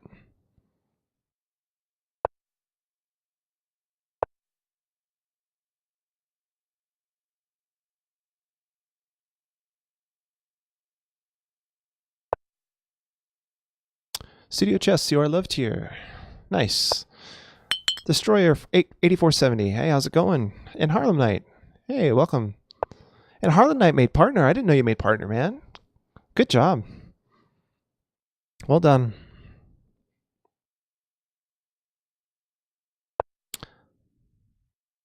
If I were to tell you, it would spoil the surprise, wouldn't it? Nice, Funza.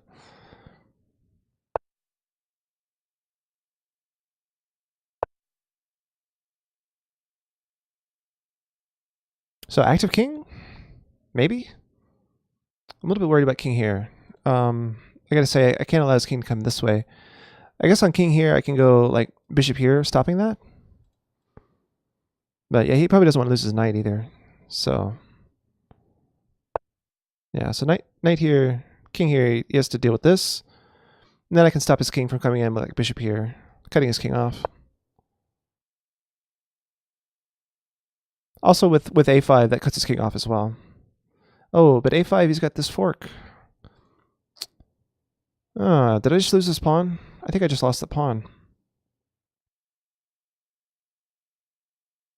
So now I think the way to win this endgame is to sacrifice my bishop for this pawn while my king eats up all of these pawns. So... okay, they're not censoring it here. That's funny. I'm not seeing a way to trap his knight or anything. I just screwed this up. King d5, I didn't look at knight here.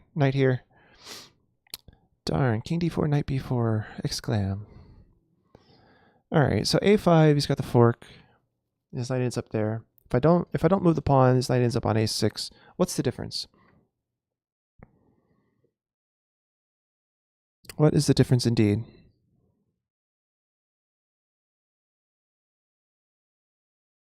Well, the difference is his knight's on a light square, right? So my bishop can control his exit points or whatever. So I could go like here and there, and maybe my king can catch this pawn while this pawn runs. Yeah, but then my king's on the outside. That's no good. You don't want your king on the outside in the endgame.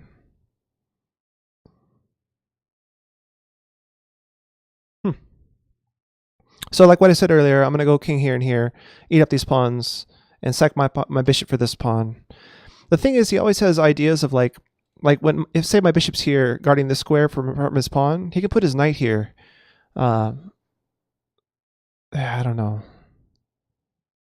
I'm worried about this now. Maybe my king has to hang back. That just seems like a losing plan. I mean, not losing, but that gives him drawing chances if my king's not active.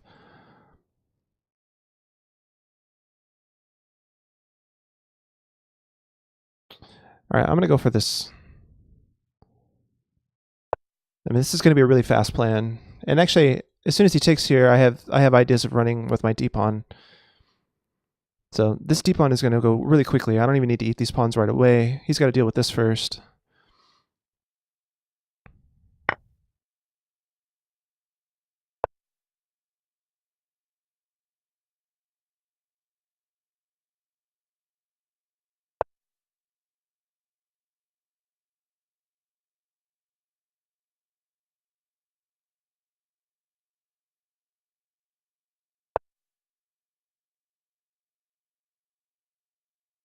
I think he's going to stack his knight, and then I'll be fine, because the bishop can always guard one of these squares. Both, probably both of these squares. He doesn't have king or here or here to help out. The bishop cutting him off. Yeah, so it was simpler than I imagined. The d-pawn is just faster than his a-pawn. All right. So for those of you who joined from the raid, welcome to Chess with Chris. Nice to have you with me. I stream every Monday and Tuesday at 2:30 Eastern U.S. time. So it's just twice a week, but I'm here every week for the most part.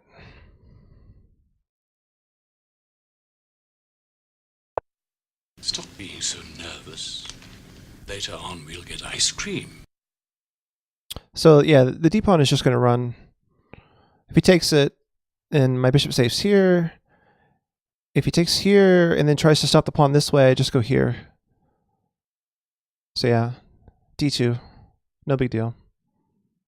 Well, as a matter of fact, I didn't mean to tell you, but I've got this tumor in my head. Did the lights go off? Yeah. James is playing dead.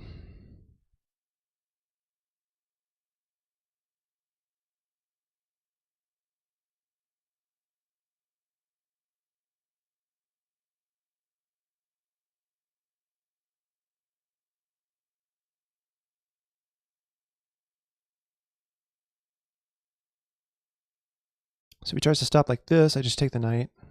He can't go here. I'm thinking he has to go here, or else I'm getting a queen. If king here... Oh, what do I do with king there, actually? Oh, I didn't think about that.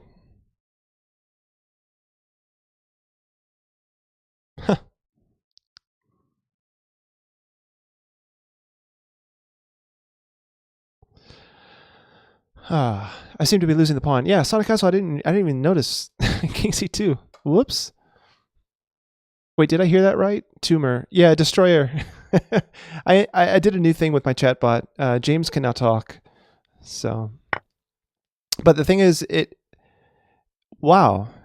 All I had to do was king c2. All right, so now he doesn't have a knight anymore. Okay, and then I just need to stop this. Whoops.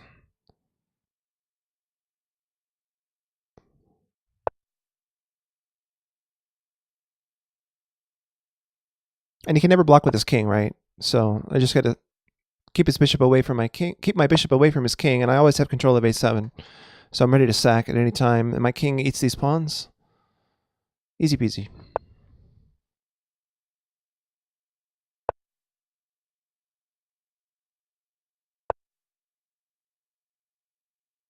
He's trying to tempt me here. That's funny. I saw somebody else do that in a correspondence game with me. I had my rook behind a passed pawn that was about to queen, and he put his bishop here. Or sorry, he put his bishop here, so that if I took his bishop, he would make a queen. It's kind of funny.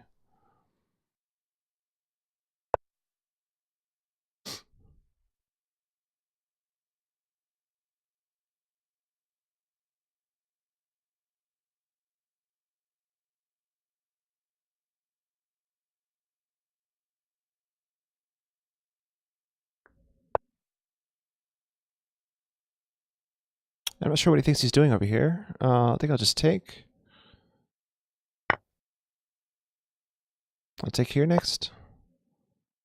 I'm just taking all his pawns now.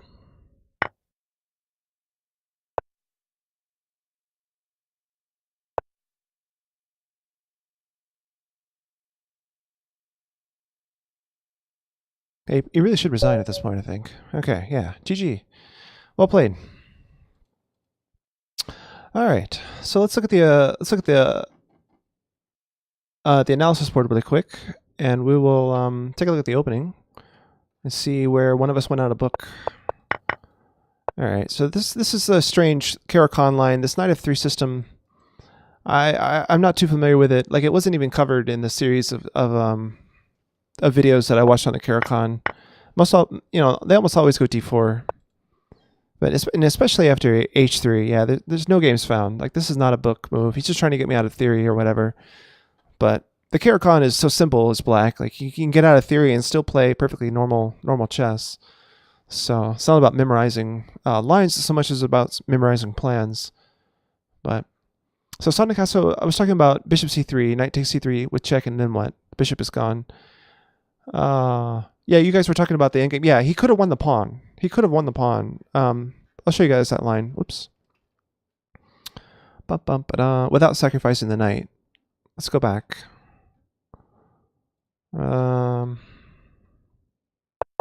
Yeah. So here, I shouldn't have pushed forward immediately, because I go this way. He can go king c2, and now the pawn is dead. Like, I'm not winning by very much anymore, right? But yeah, he didn't need to do this, so I had to do something different. I needed to play like bishop somewhere. Computer's suggesting bishop e5 or bishop d4, bishop a1. Yeah, I'm not sure. Just to get it off so the knight can't attack it, I guess. After king c2, can you play bishop c3 now? No. Watch. Bishop c3, he takes it. I'm down a piece. I'm not queening here. He's got too much here. Yeah. Yeah, that doesn't work. You can't take a piece. You can't put the bishop where you can take it and then still, have it there. Yeah. Once my bishop's here, you can't take again. All right, I have a challenge from a viewer. A 1700 player wants to play 15-15. I guess we could. Indo-Prothetic. Is that someone in chat? Say hi in the Twitch chat if you would, and maybe I'll accept your challenge. I just want to make sure I know who I'm playing. Someone in the chat. So Indo-Prothetic. What was the name again? Indo-Prothetic from Germany, looks like. I think that's a German flag. Also, Fonzo wants to play 5 minute. I'm not playing 5 minute. Also, don't want to play 960. Oh, Bombist is also challenging 2093. Oh, there's Indo-Prothetic. Okay, well, Bombist, Indo-Prothetic was first, so I'm going to play him for now. I would like to play a 2000 rated player, but Indo-Prothetic was first. So good luck, have fun.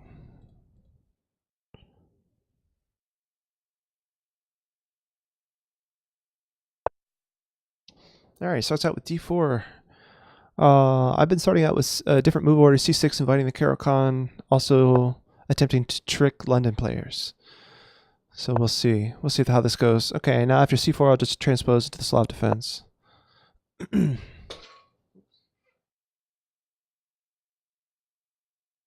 Knocked over my water bottle.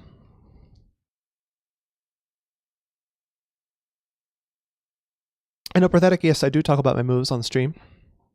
If I know you're listening, I don't mind. I can just say stuff after the fact. But I'd rather you turn off the stream so that I can talk about my moves with a little bit more freedom. c6 after d4 is quite sneaky. You mean d4 after c6? They can still play bishop f4. Yeah, but there's a trick. There's an opening trap that I play against the London. What are London players? People who play the London attack as white. Or the London setup. What's it called? The London system. It's called the London system. All right. Yeah, so he's playing bishop f4 after playing c4. Interesting. Okay, so this makes me think I can just take here. I'm going to take. Can I show the trap after the game? Yes, I will. I will. Sonic Castle says if we play Chris, the stream delay is so much for me that we already have made 2 moves. Yeah, it depends on if we're playing rapid or blitz or this is a really slow time control, right? So, all right, so he's playing e4. So I can play like b5. Maybe I can get into trouble for trying to keep the pawn, but I do like to try to keep the pawn whenever I can. The fact that he hasn't played knight c3 or knight f3 or e3, right? So it's queen f3 with this nice idea. It just makes me think I can get away with b5. I mean, it's part of the point of the Slav defense, right? To protect both of these squares. So let's go for it. See what happens. Mr. Throp says you did wake my interest. All right. yeah. So there's a trap that I play against the London system where they play d4 and then bishop f4. So the line goes d4 c6. If you can follow this with me in your head, d4 c6, bishop f4, knight f6 e3, and then g5. And I've had lots of players, even people just as good as I am or better, that have taken that pawn on g5. And the problem is they can't do that. They lose a piece because of queen a5 check. And the pawn on e3 blocks the bishop from going back to d2 to block the check. So the bishop is stuck on g5. So when they get out of check, say with like knight c3 or the pawn to c3, I just take the bishop on g5. Yeah, so that happens a lot. That happens a lot to me in the London. So I just like to include the c6 move order just for the London players who like to play, the same 3 moves on, no matter what black does. All right, so here I'm trading off my my pawn here. Undoubling my pawns seems good. I don't know what else to say about this. Just gonna take. Nathan says, what benefits do you get if you are a Lichess patron? No benefits. I'm just a normal user, same as everybody else. I mean, I get this little flag, this little wing next to my name. That's the only benefit. I just got a little wing instead of a circle. He gets a circle, I get a pair of wings. That's the only difference. Like, why do I do it then? Because I like Lichess. I like Lichess.org. It's my favorite website in the whole world. All right, and my song request has stopped. I'm gonna have to keep Shelly in Athena. Whoever requested that, I have to skip it. It's not playing.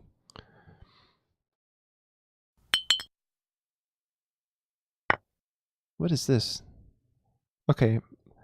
Minecraft is not going to work for me. Sorry about that. All right, so A takes. He's got the open A file for his rook. And Terminator 2 theme is not playing either. That's too bad. That sounded interesting. I wanted to hear the Terminator 2 theme. Darn. All right. And we're not listening to the Addams Family either. All right, so we've heard this song before. This is a good one.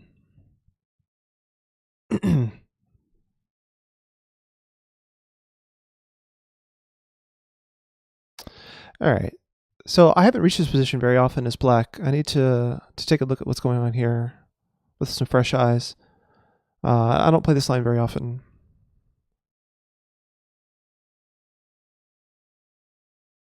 So I think knight here is actually playable because if he plays e5, I have a nice home on d5.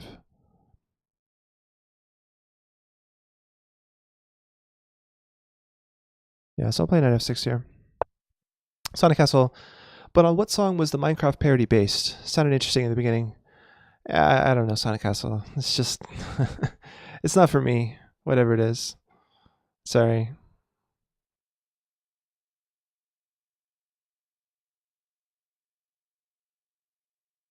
So Ruckman, there is a skip command. If there's a song that's actually playing that I don't mind, but you do, there's a skip command. And if 3 of you want to skip, yeah, just like Ruckman just did there. If 3 of you want to skip the song, then we skip it. That's how it works.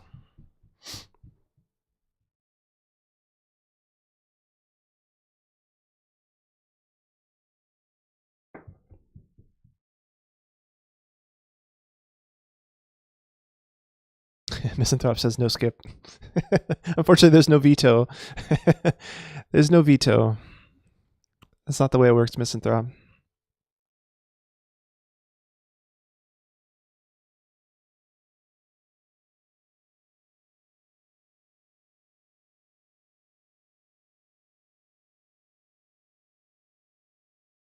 There should be. Yeah, I'm not sure about that.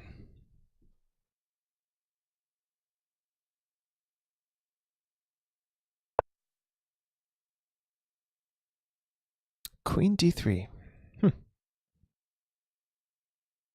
Blocking in his bishop, kind of. I mean, bishop only has e2 now.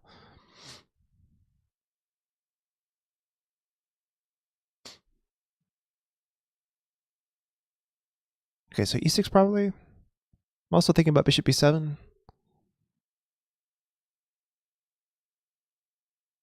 I really wouldn't know, sir. I'm just a servant. I think e3 does a better job of stopping d5 than bishop b7 does.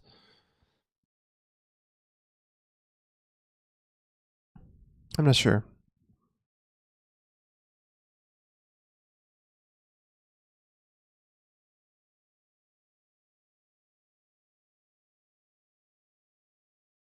Not theory. Oh, not every. Wait a minute, what? Rap is annoying, not every. Oh yeah, you guys are arguing about rap. Yeah, some people like it, some people don't. This is more hip hop, really. This is not really rap. Okay. Briefly considering c5, but I think e6 first is more accurate. I'm not sure. I'm not sure about allowing his pawn to come to c5, which would be passed. Is a good idea. Also, c5 drops b5. That would be bad. Never mind. Forget I said it. c5 was never a candidate move. I was just kidding. All right. So what else? I was thinking about bishop b7 and e6 mostly.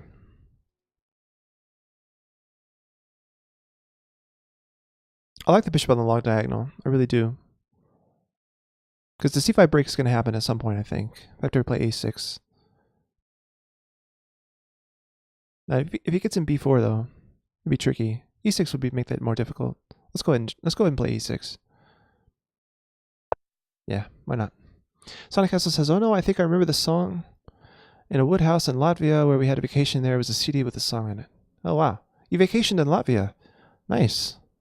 Lots of really famous chess players from Latvia."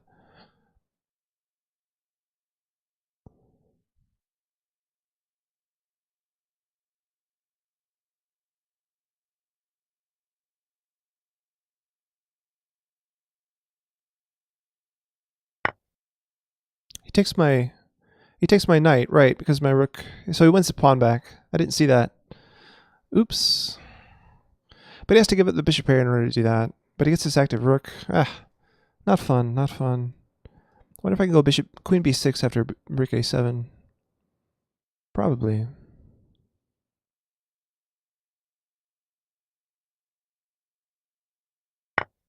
All right.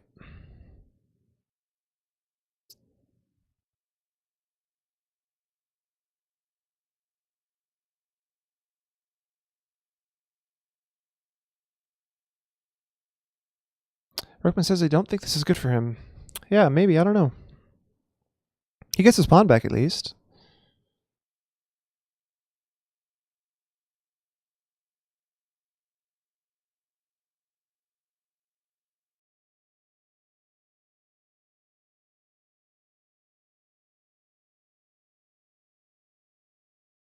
Sonic Castle says, "Chris, where did you sleep last night? In the pines where the sun never dies." Yeah, that sounds nice, but no. Victor Press says, "I heard this interesting story in a short podcast the other day. It was about a guy who played quite a lot of chess in his youth, but not anymore today. He did, however, play one tournament each year." Huh. So he only played in the tournament? It's interesting.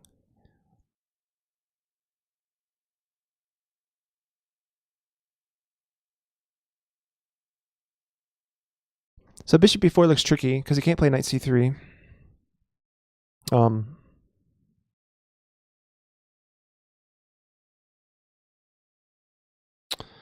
What else?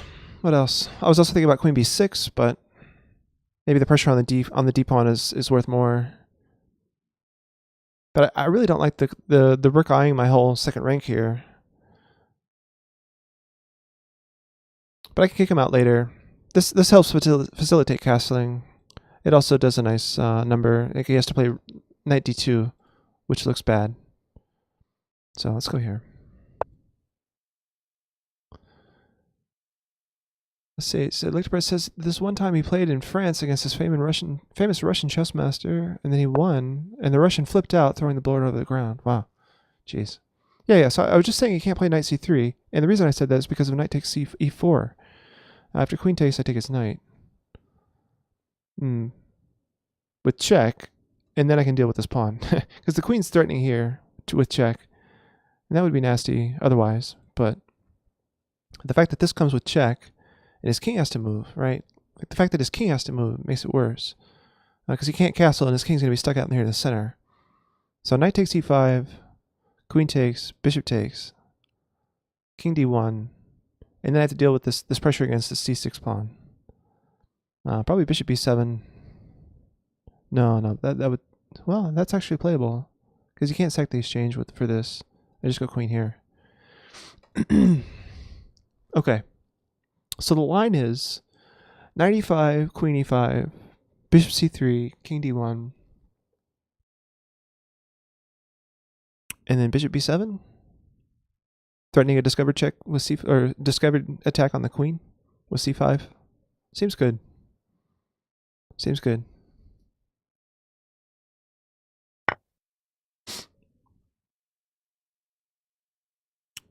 Bishop takes first, no doubt. I mean, either way, he eyes the pawn. True. But yeah, I like knight takes first, actually.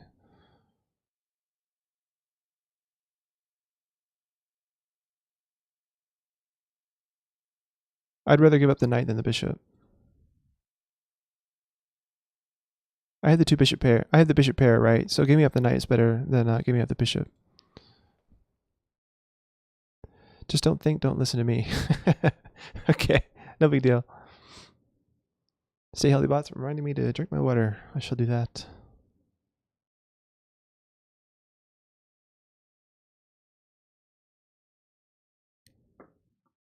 Oh, Sonic Castle, man.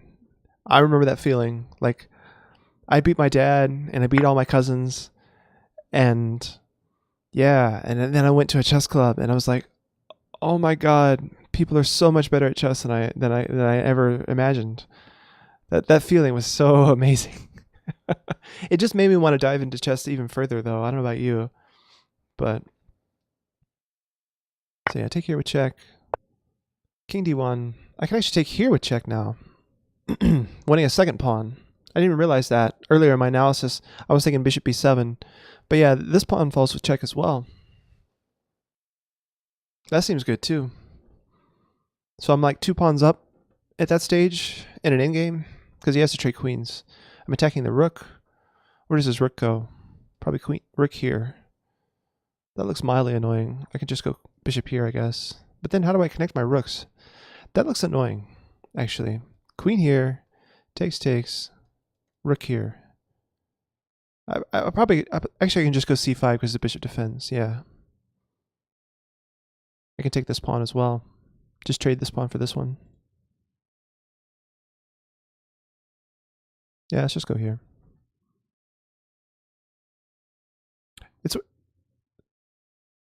Yeah, you can't go here. What is this? Alright, let's not skip that. Sorry, weird intros. Yeah, it has to take there. Okay, so I'm taking back. It's only move. Still have the bishop pair. Still have 2 extra pawns. Life is good. Yeah, I don't know. Ruckman. Whatever.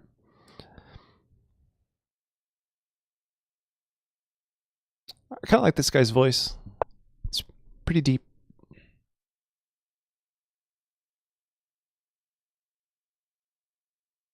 His rook is very close to being trapped, actually. If I go bishop b7, how does he stop bishop b6 trapping his rook? Bishop b7. His rook doesn't have any moves, and I'm threatening bishop b6. I was thinking c5 or whatever, but yeah, this looks much better. Bishop b7, trapping his rook. What does he do?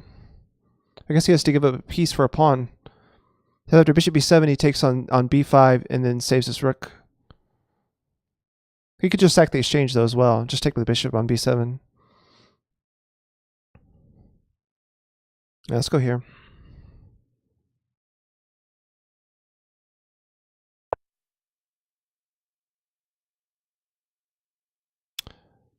Sonic also says I kind of had an ego about my chess strength, which had to be broken. Yeah.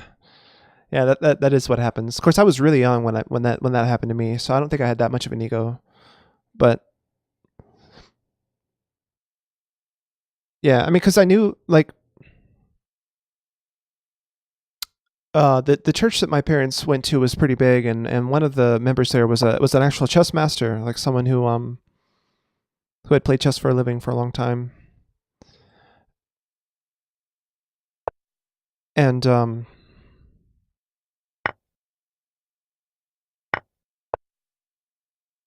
yeah, so she got me into like chess books for the first time, so that was interesting.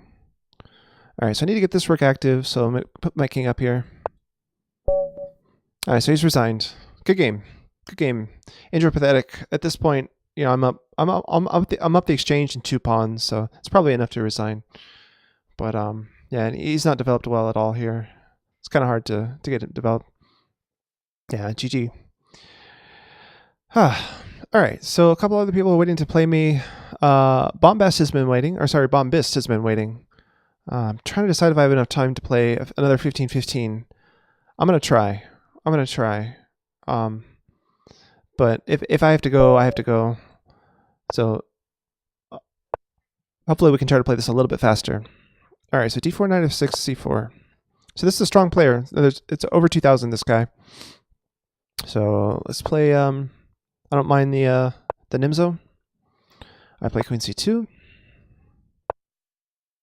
After c5, I take.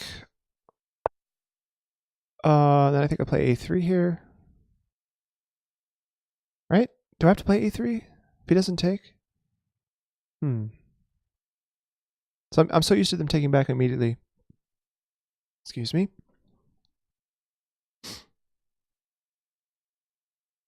Oh, I didn't show the trap against the London. Hopefully you guys followed me when I was describing the board with notation. If you remind me at the end of this game, I'll try to show it quickly. If you didn't follow earlier, sorry about that. Why don't I vote the Nimzo? Queen's Indian seems nice to white.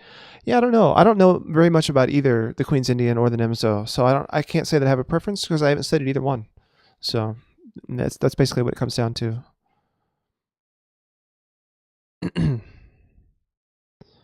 Let's go knight f3.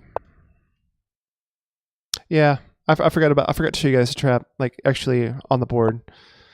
But so he wants to take with the queen, I guess. It's funny. So what does he do after bishop g5? Probably knight here, actually.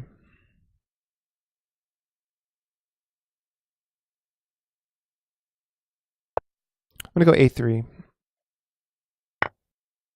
Oh, he takes with the bishop. How interesting. So now I get b4 with tempo, and then do I need to be worried about something like this? Attacking f2. I mean, I always have e3. Yeah, I think after b4 I'm fine here.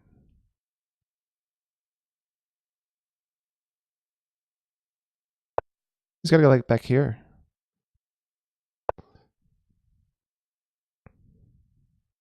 Okay, now c4 is attacked. I'm going to play e3, I think, to deal with that. And then I have bishop b2 coming. And the bishops can coordinate nicely against his king. Seems good. His queen side is still not developed. I'm like 1, 2, 3 moves away from developing. He's another 3 moves away. So yeah, we're equal as far in terms of development lead. But I like my setup better than his, I think. Oh yeah, he's gonna get this bishop against my king.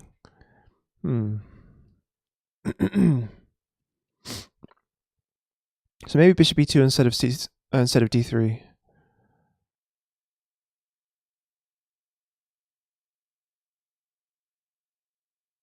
I'm not sure.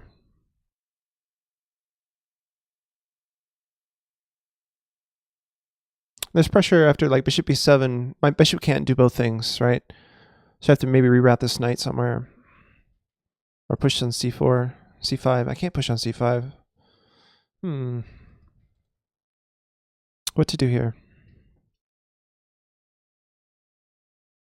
Rickman says, what's your experience with cheaters on Lichess? I don't really play classical because paranoia of that.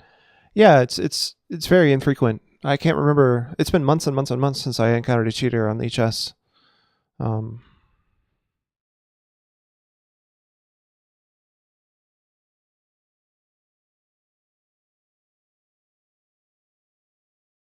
I think I'm gonna play bishop e2. Yeah, because I'm actually considering now that I might not mind the doubled pawns. If he wants to sack his light square bishop for my knight, then I'll take back with the g pawn and use the g file. That should be good. Yeah, Ruckman. Yeah, it's very infrequent on Lichess. Not sure what a6 is about. Surely he doesn't want to play b5 because I'll respond with c5. a6 is a mystery. I'm not sure why he did that. Let's go bishop d3.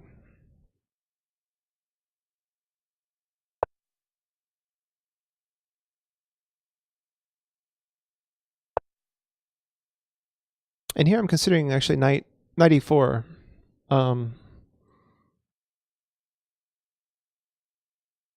So the pawn's still defended with my queen here after all those trades. And my bishop looks nice on this file, or sorry, on this diagonal. Knight e5 just looks to remove the defender here. Maybe open up the g file. Yeah, I think I like this idea. I'm just looking to trade here. So Sonic Castle, I think that might be the evaluation at the high level. I heard someone say online recently that grandmasters avoid the Nimzo and go into the Queen's Indian instead. And maybe at the highest level that matters. But for me, I do okay against the Nimzo. So, yeah, Sonic Castle, I think people that are playing at a high level and they're more popular on Twitch probably have more issues with that. But yeah, I haven't had many issues in that in a long time. Yeah, Bullet and Blitz is yeah, I mean it's nice to avoid cheaters, but you know, you lose the commentary, right? So it's kind of a give and take thing. Wow. 98, really? What a move.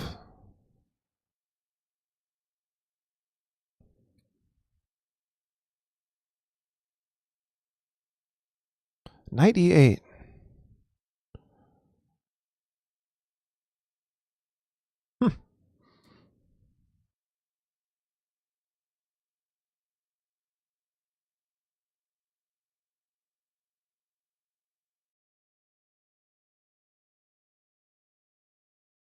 So I want to go like knight here. Or knight here, really to unleash this. But after knight here, I don't know. I'm just thinking he can respond with g6, and after this, I'd like this knight to be able to work with this square, but yeah, he doesn't have to play g6 if I play the other knight here. Man. Hey, Mafia Elite. How's it going? 98 from a 2000. My knight maneuvers aren't bad, I guess. Yeah, he wants f5. Fonza, I was just thinking he might want to play f5. It's interesting. I wonder if I'm brave enough to play g4 from here. I don't know. With this bishop here, probably not.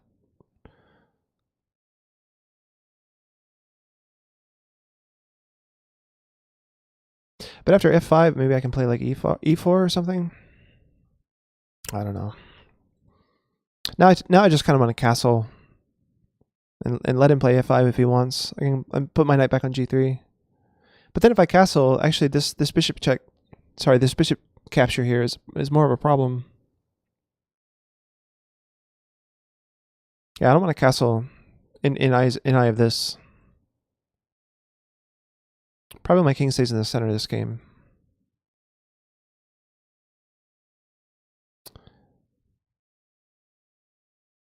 Maybe I start attacking with h4. It's worth a shot. See what happens.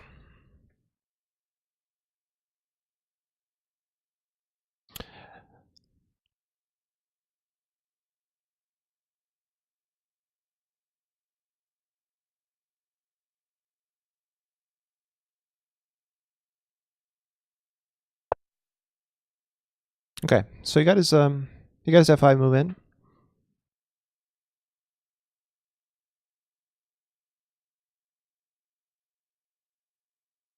So knight back here seems like an idea.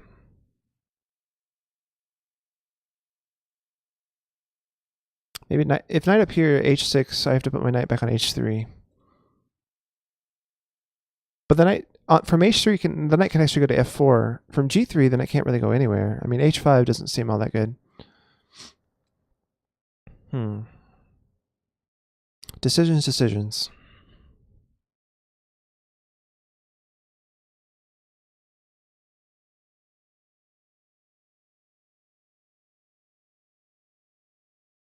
Yeah, I think h5 seems, or sorry, g5 seems fine because h6 is probably a weakening. Oh, from Pulp Fiction? Nice. Alright. It's just too much language, right? Okay, but that part's over, right? So now we're just in the theme song. Okay, good. Let's try this. Sonic Castle says, Leela played a variation of the Nimzo as white a time ago where she sacked her rook on h1 to install a pawn on f6, who made the moves e3, e4, e5, and then takes the knight on f6. Wow. I think I might have seen that game. I'm not sure. I can't think of the game right off my head, but I remember seeing a game where she played some new line in the Nimzo. She played like a novelty pretty early by most standards. Ah, bishop there. Okay. So he doesn't mind kicking out the knight. I can still play h5 though. I'm not really concerned about this. So let's play h5. Continue forward with this attack.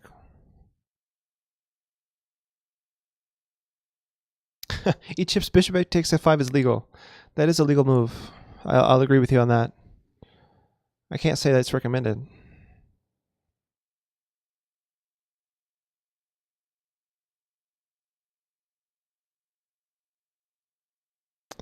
Probably losing, yeah. It's something to consider though, right? It brings the queen in closer, but like, you know, bishop takes here and my queen's hanging, my rook's hanging.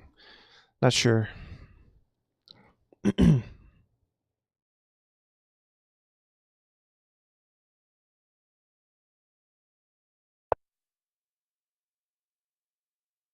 Alright, so we're starting to win the piece with a knight here.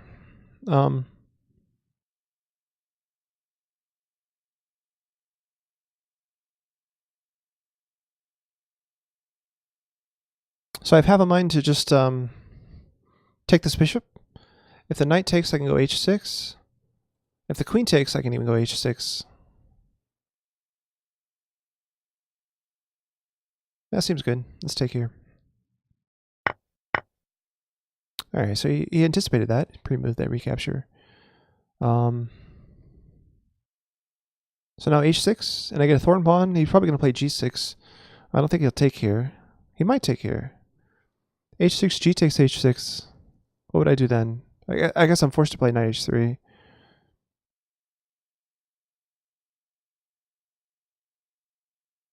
Let's go for it. Oh, my rook. Oh, come on. How did I miss that? Yeah, I totally missed that. And now he's offering a take-back. This is a casual game. I don't normally do take-backs. I think I'm going to decline. Let's just let it fly. I'm okay with this. Alright. I can't lose the second rook. So I'm playing a rook down now.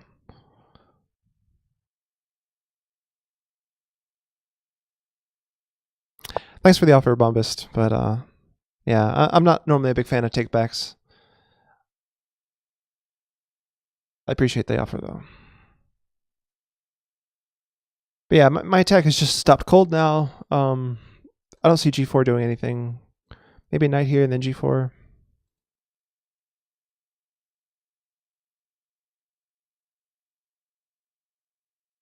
Chris, playing like Leela is suicide. Also, it was h1, not a1.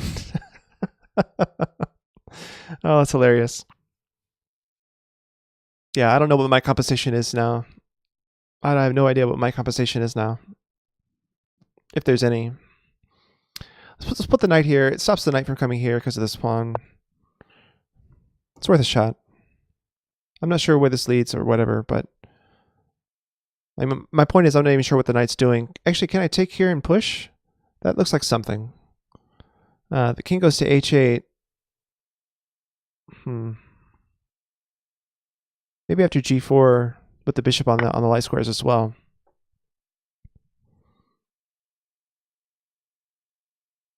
Okay, so I want the rook on the h file or the g file. Considering this idea, probably the rook on the h file, right? Unless there's something better with like rook takes here.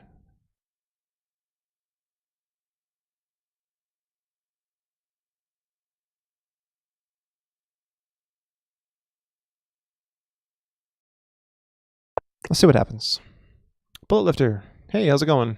Just in time to see the... You just missed a blunder, man. I blundered my rook in this game. So bishop c6 is blocking in his knight completely, but knight has 0 legal moves. So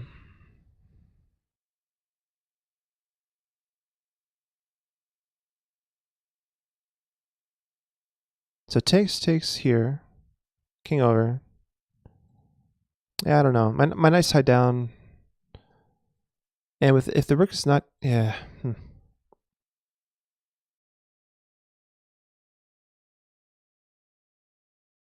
I just don't see... I don't see any way forward for me at all. Takes, check. King h8.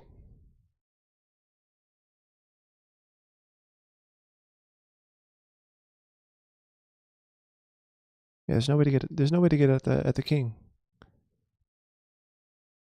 If I move my knight, he just takes the pawn.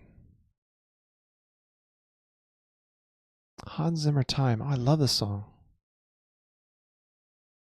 What a sophisticated request. Thanks very much, whoever requested this.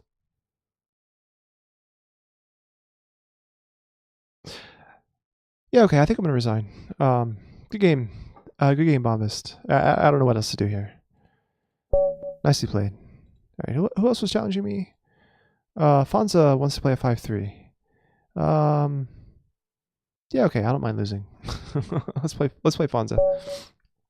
Good luck, have fun, Fonza. Oh, the London trap. Yeah, wait. Sorry, Fonza. I need to abort. Sorry, I wanted to show the London trap. Fonza, send me another challenge manually. I'll come back to your game. Well, actually, what I'll do is I'll just leave this open. Stick around. So what I'm going to do is I'll open the analysis board in another tab, and I'll show you guys this London trap that I've been playing as black. So I'll show this from the black perspective.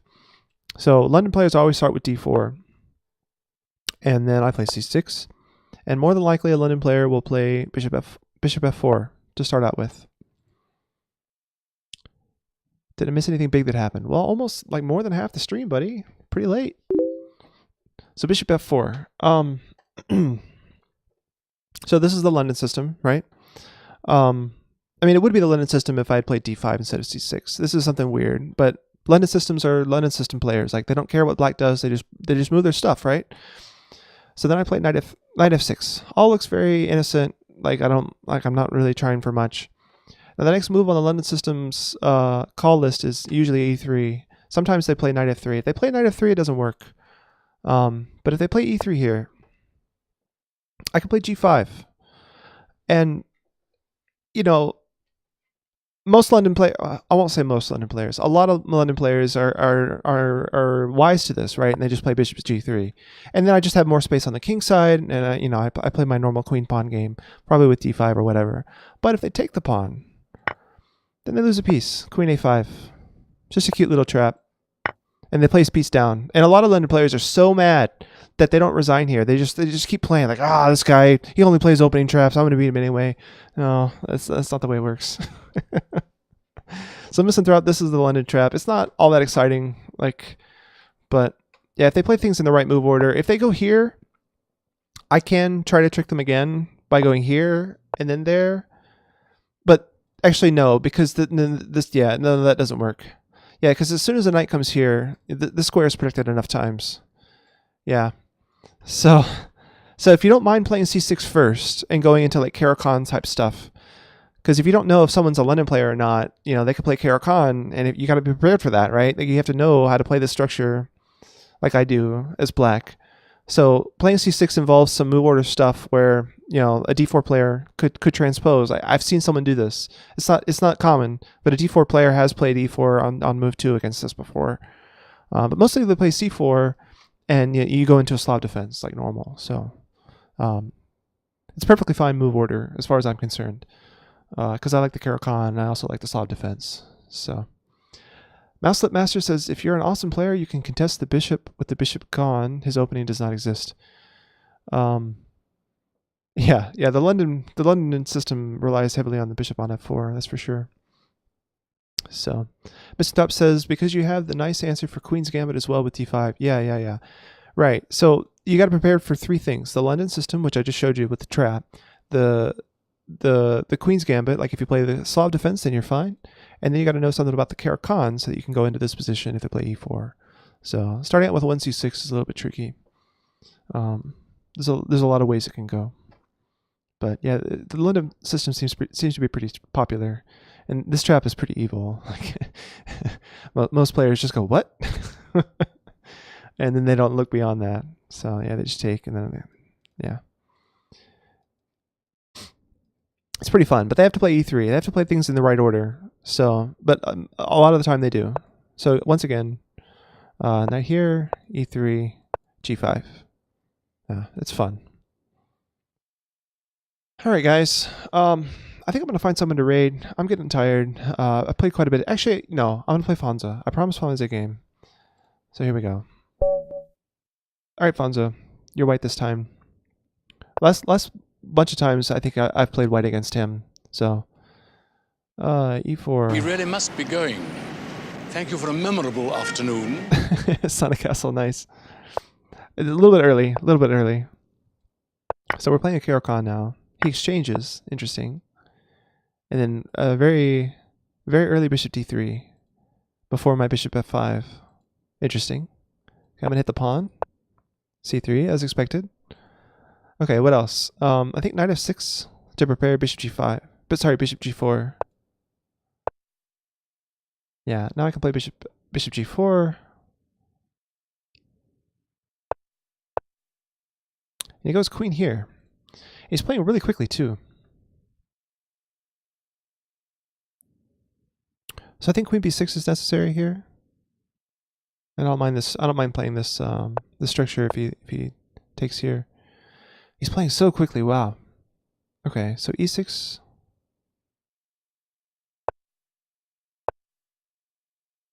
I wonder why he's not using any time here. Bishop e7, castles. And both castle. I could castle queenside. Probably not though. Just castle kingside.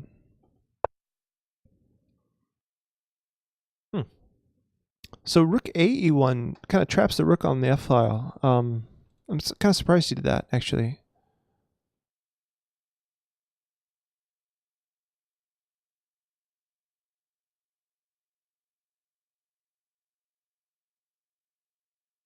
So I'm going to take his queen now, because usually the advantage of this is that you have the rook on the a-file immediately.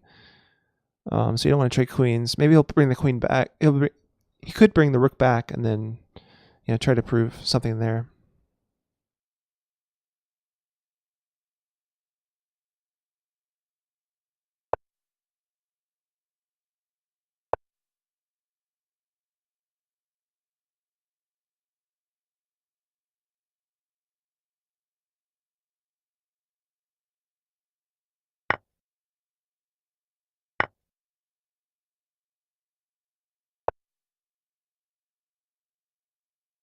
So I thought I was getting something with putting my knight here, but I might not be.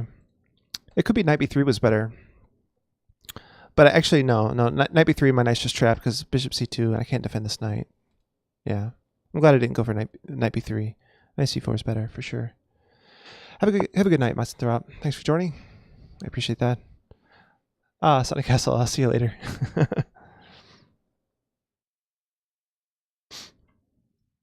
Alright, so a5 now. While I can. So we have a clean version of Bleed It. Okay.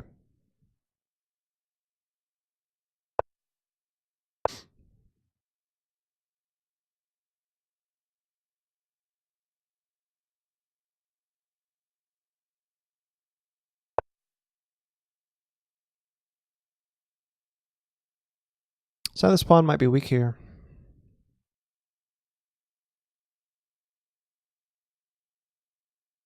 This sounds awful. Yeah, I mean, even the content, the things that you're talking about are a little bit off. Yeah, Naven, I know you like this, but I'm having trouble with it, I gotta say.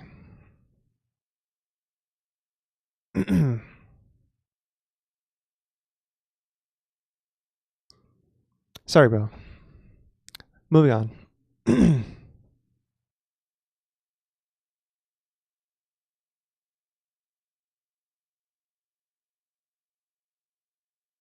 Alright, what next? How do I play against this pawn? Like knight here and here jumps out at me. But that traps my own knight, actually, to pawn to c3. Sorry, pawn to b3. So that's not possible. What is this? David Lynch remix? As you have some amount as viewers as an IM who is currently streaming says a great deal about your stream. Thanks, Heat Chips. Yeah, and this music too. I don't know who requested this. This is weird stuff. A little bit too weird for me. Okay.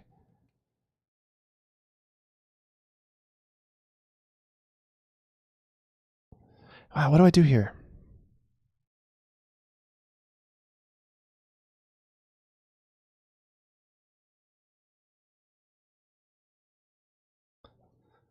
Okay, so this I don't mind.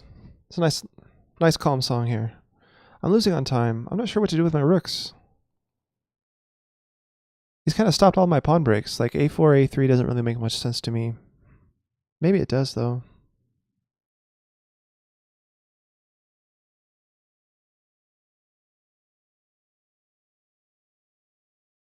So Naven is skipping, I guess, because I skipped his song. So he's trying to skip mine. Sorry, man. Yeah, move paralysis. I realize that, Tyrus. I don't know what to do. I can't make a plan here. I don't know what to do. I don't think this bishop trade helps me.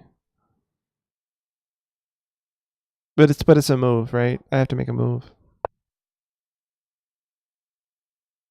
Okay. Let's put the bishop back here so I have a space for my knight. He was threatening b3. So now I have this diagonal. It seems a little bit better. Okay, let's pull back. Maybe now one of my knights can go here. So now it makes sense to put a rook on the c file since I don't have this blocking in the way. Especially after I put one of my knights here. I'll put a knight here, attack the sweep point.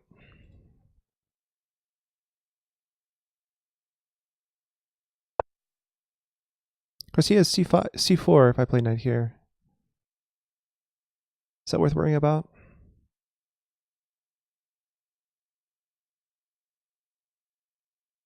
Let's go here. Here, I just go this way.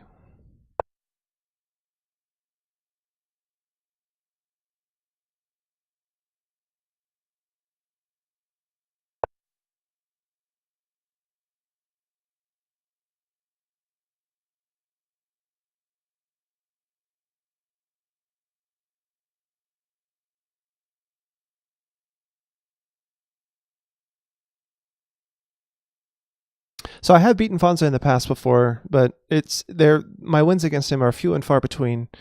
I think I have a draw against him as well. It's hard to tell because he keeps changing his name.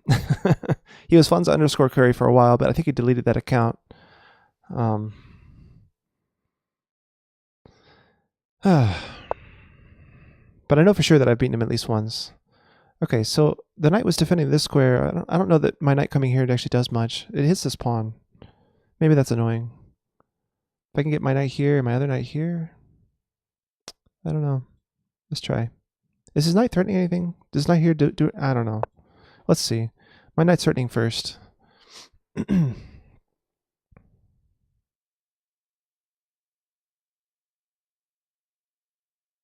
Sonic the Hedgehog.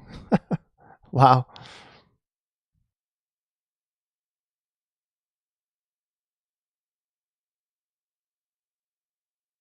I feel like he has the idea of playing b4 anyway, so I'm not sure. Because I can't take it. He's starting to win a pawn. Maybe not really. And his not getting here would be really bad, right?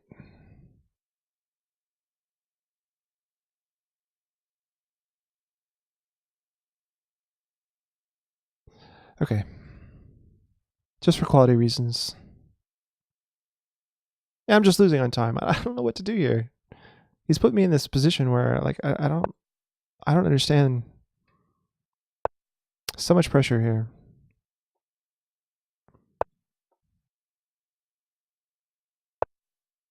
Ooh, lost exchange. That's not good. Okay, now that my rooks are on the A file, I can actually take the B4 pawn. So this pawn break doesn't really do much for him anymore. Ah, my knight's getting trapped. Really? I can't go back here because of this move. I don't have any squares. Wow. Fonza is so accurate sometimes.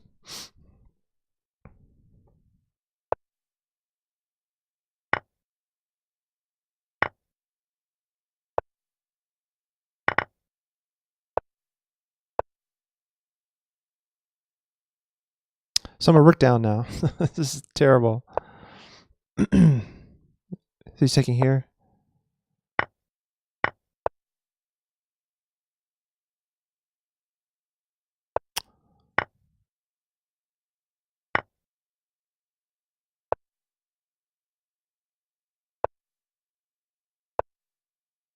Oh, that's bad.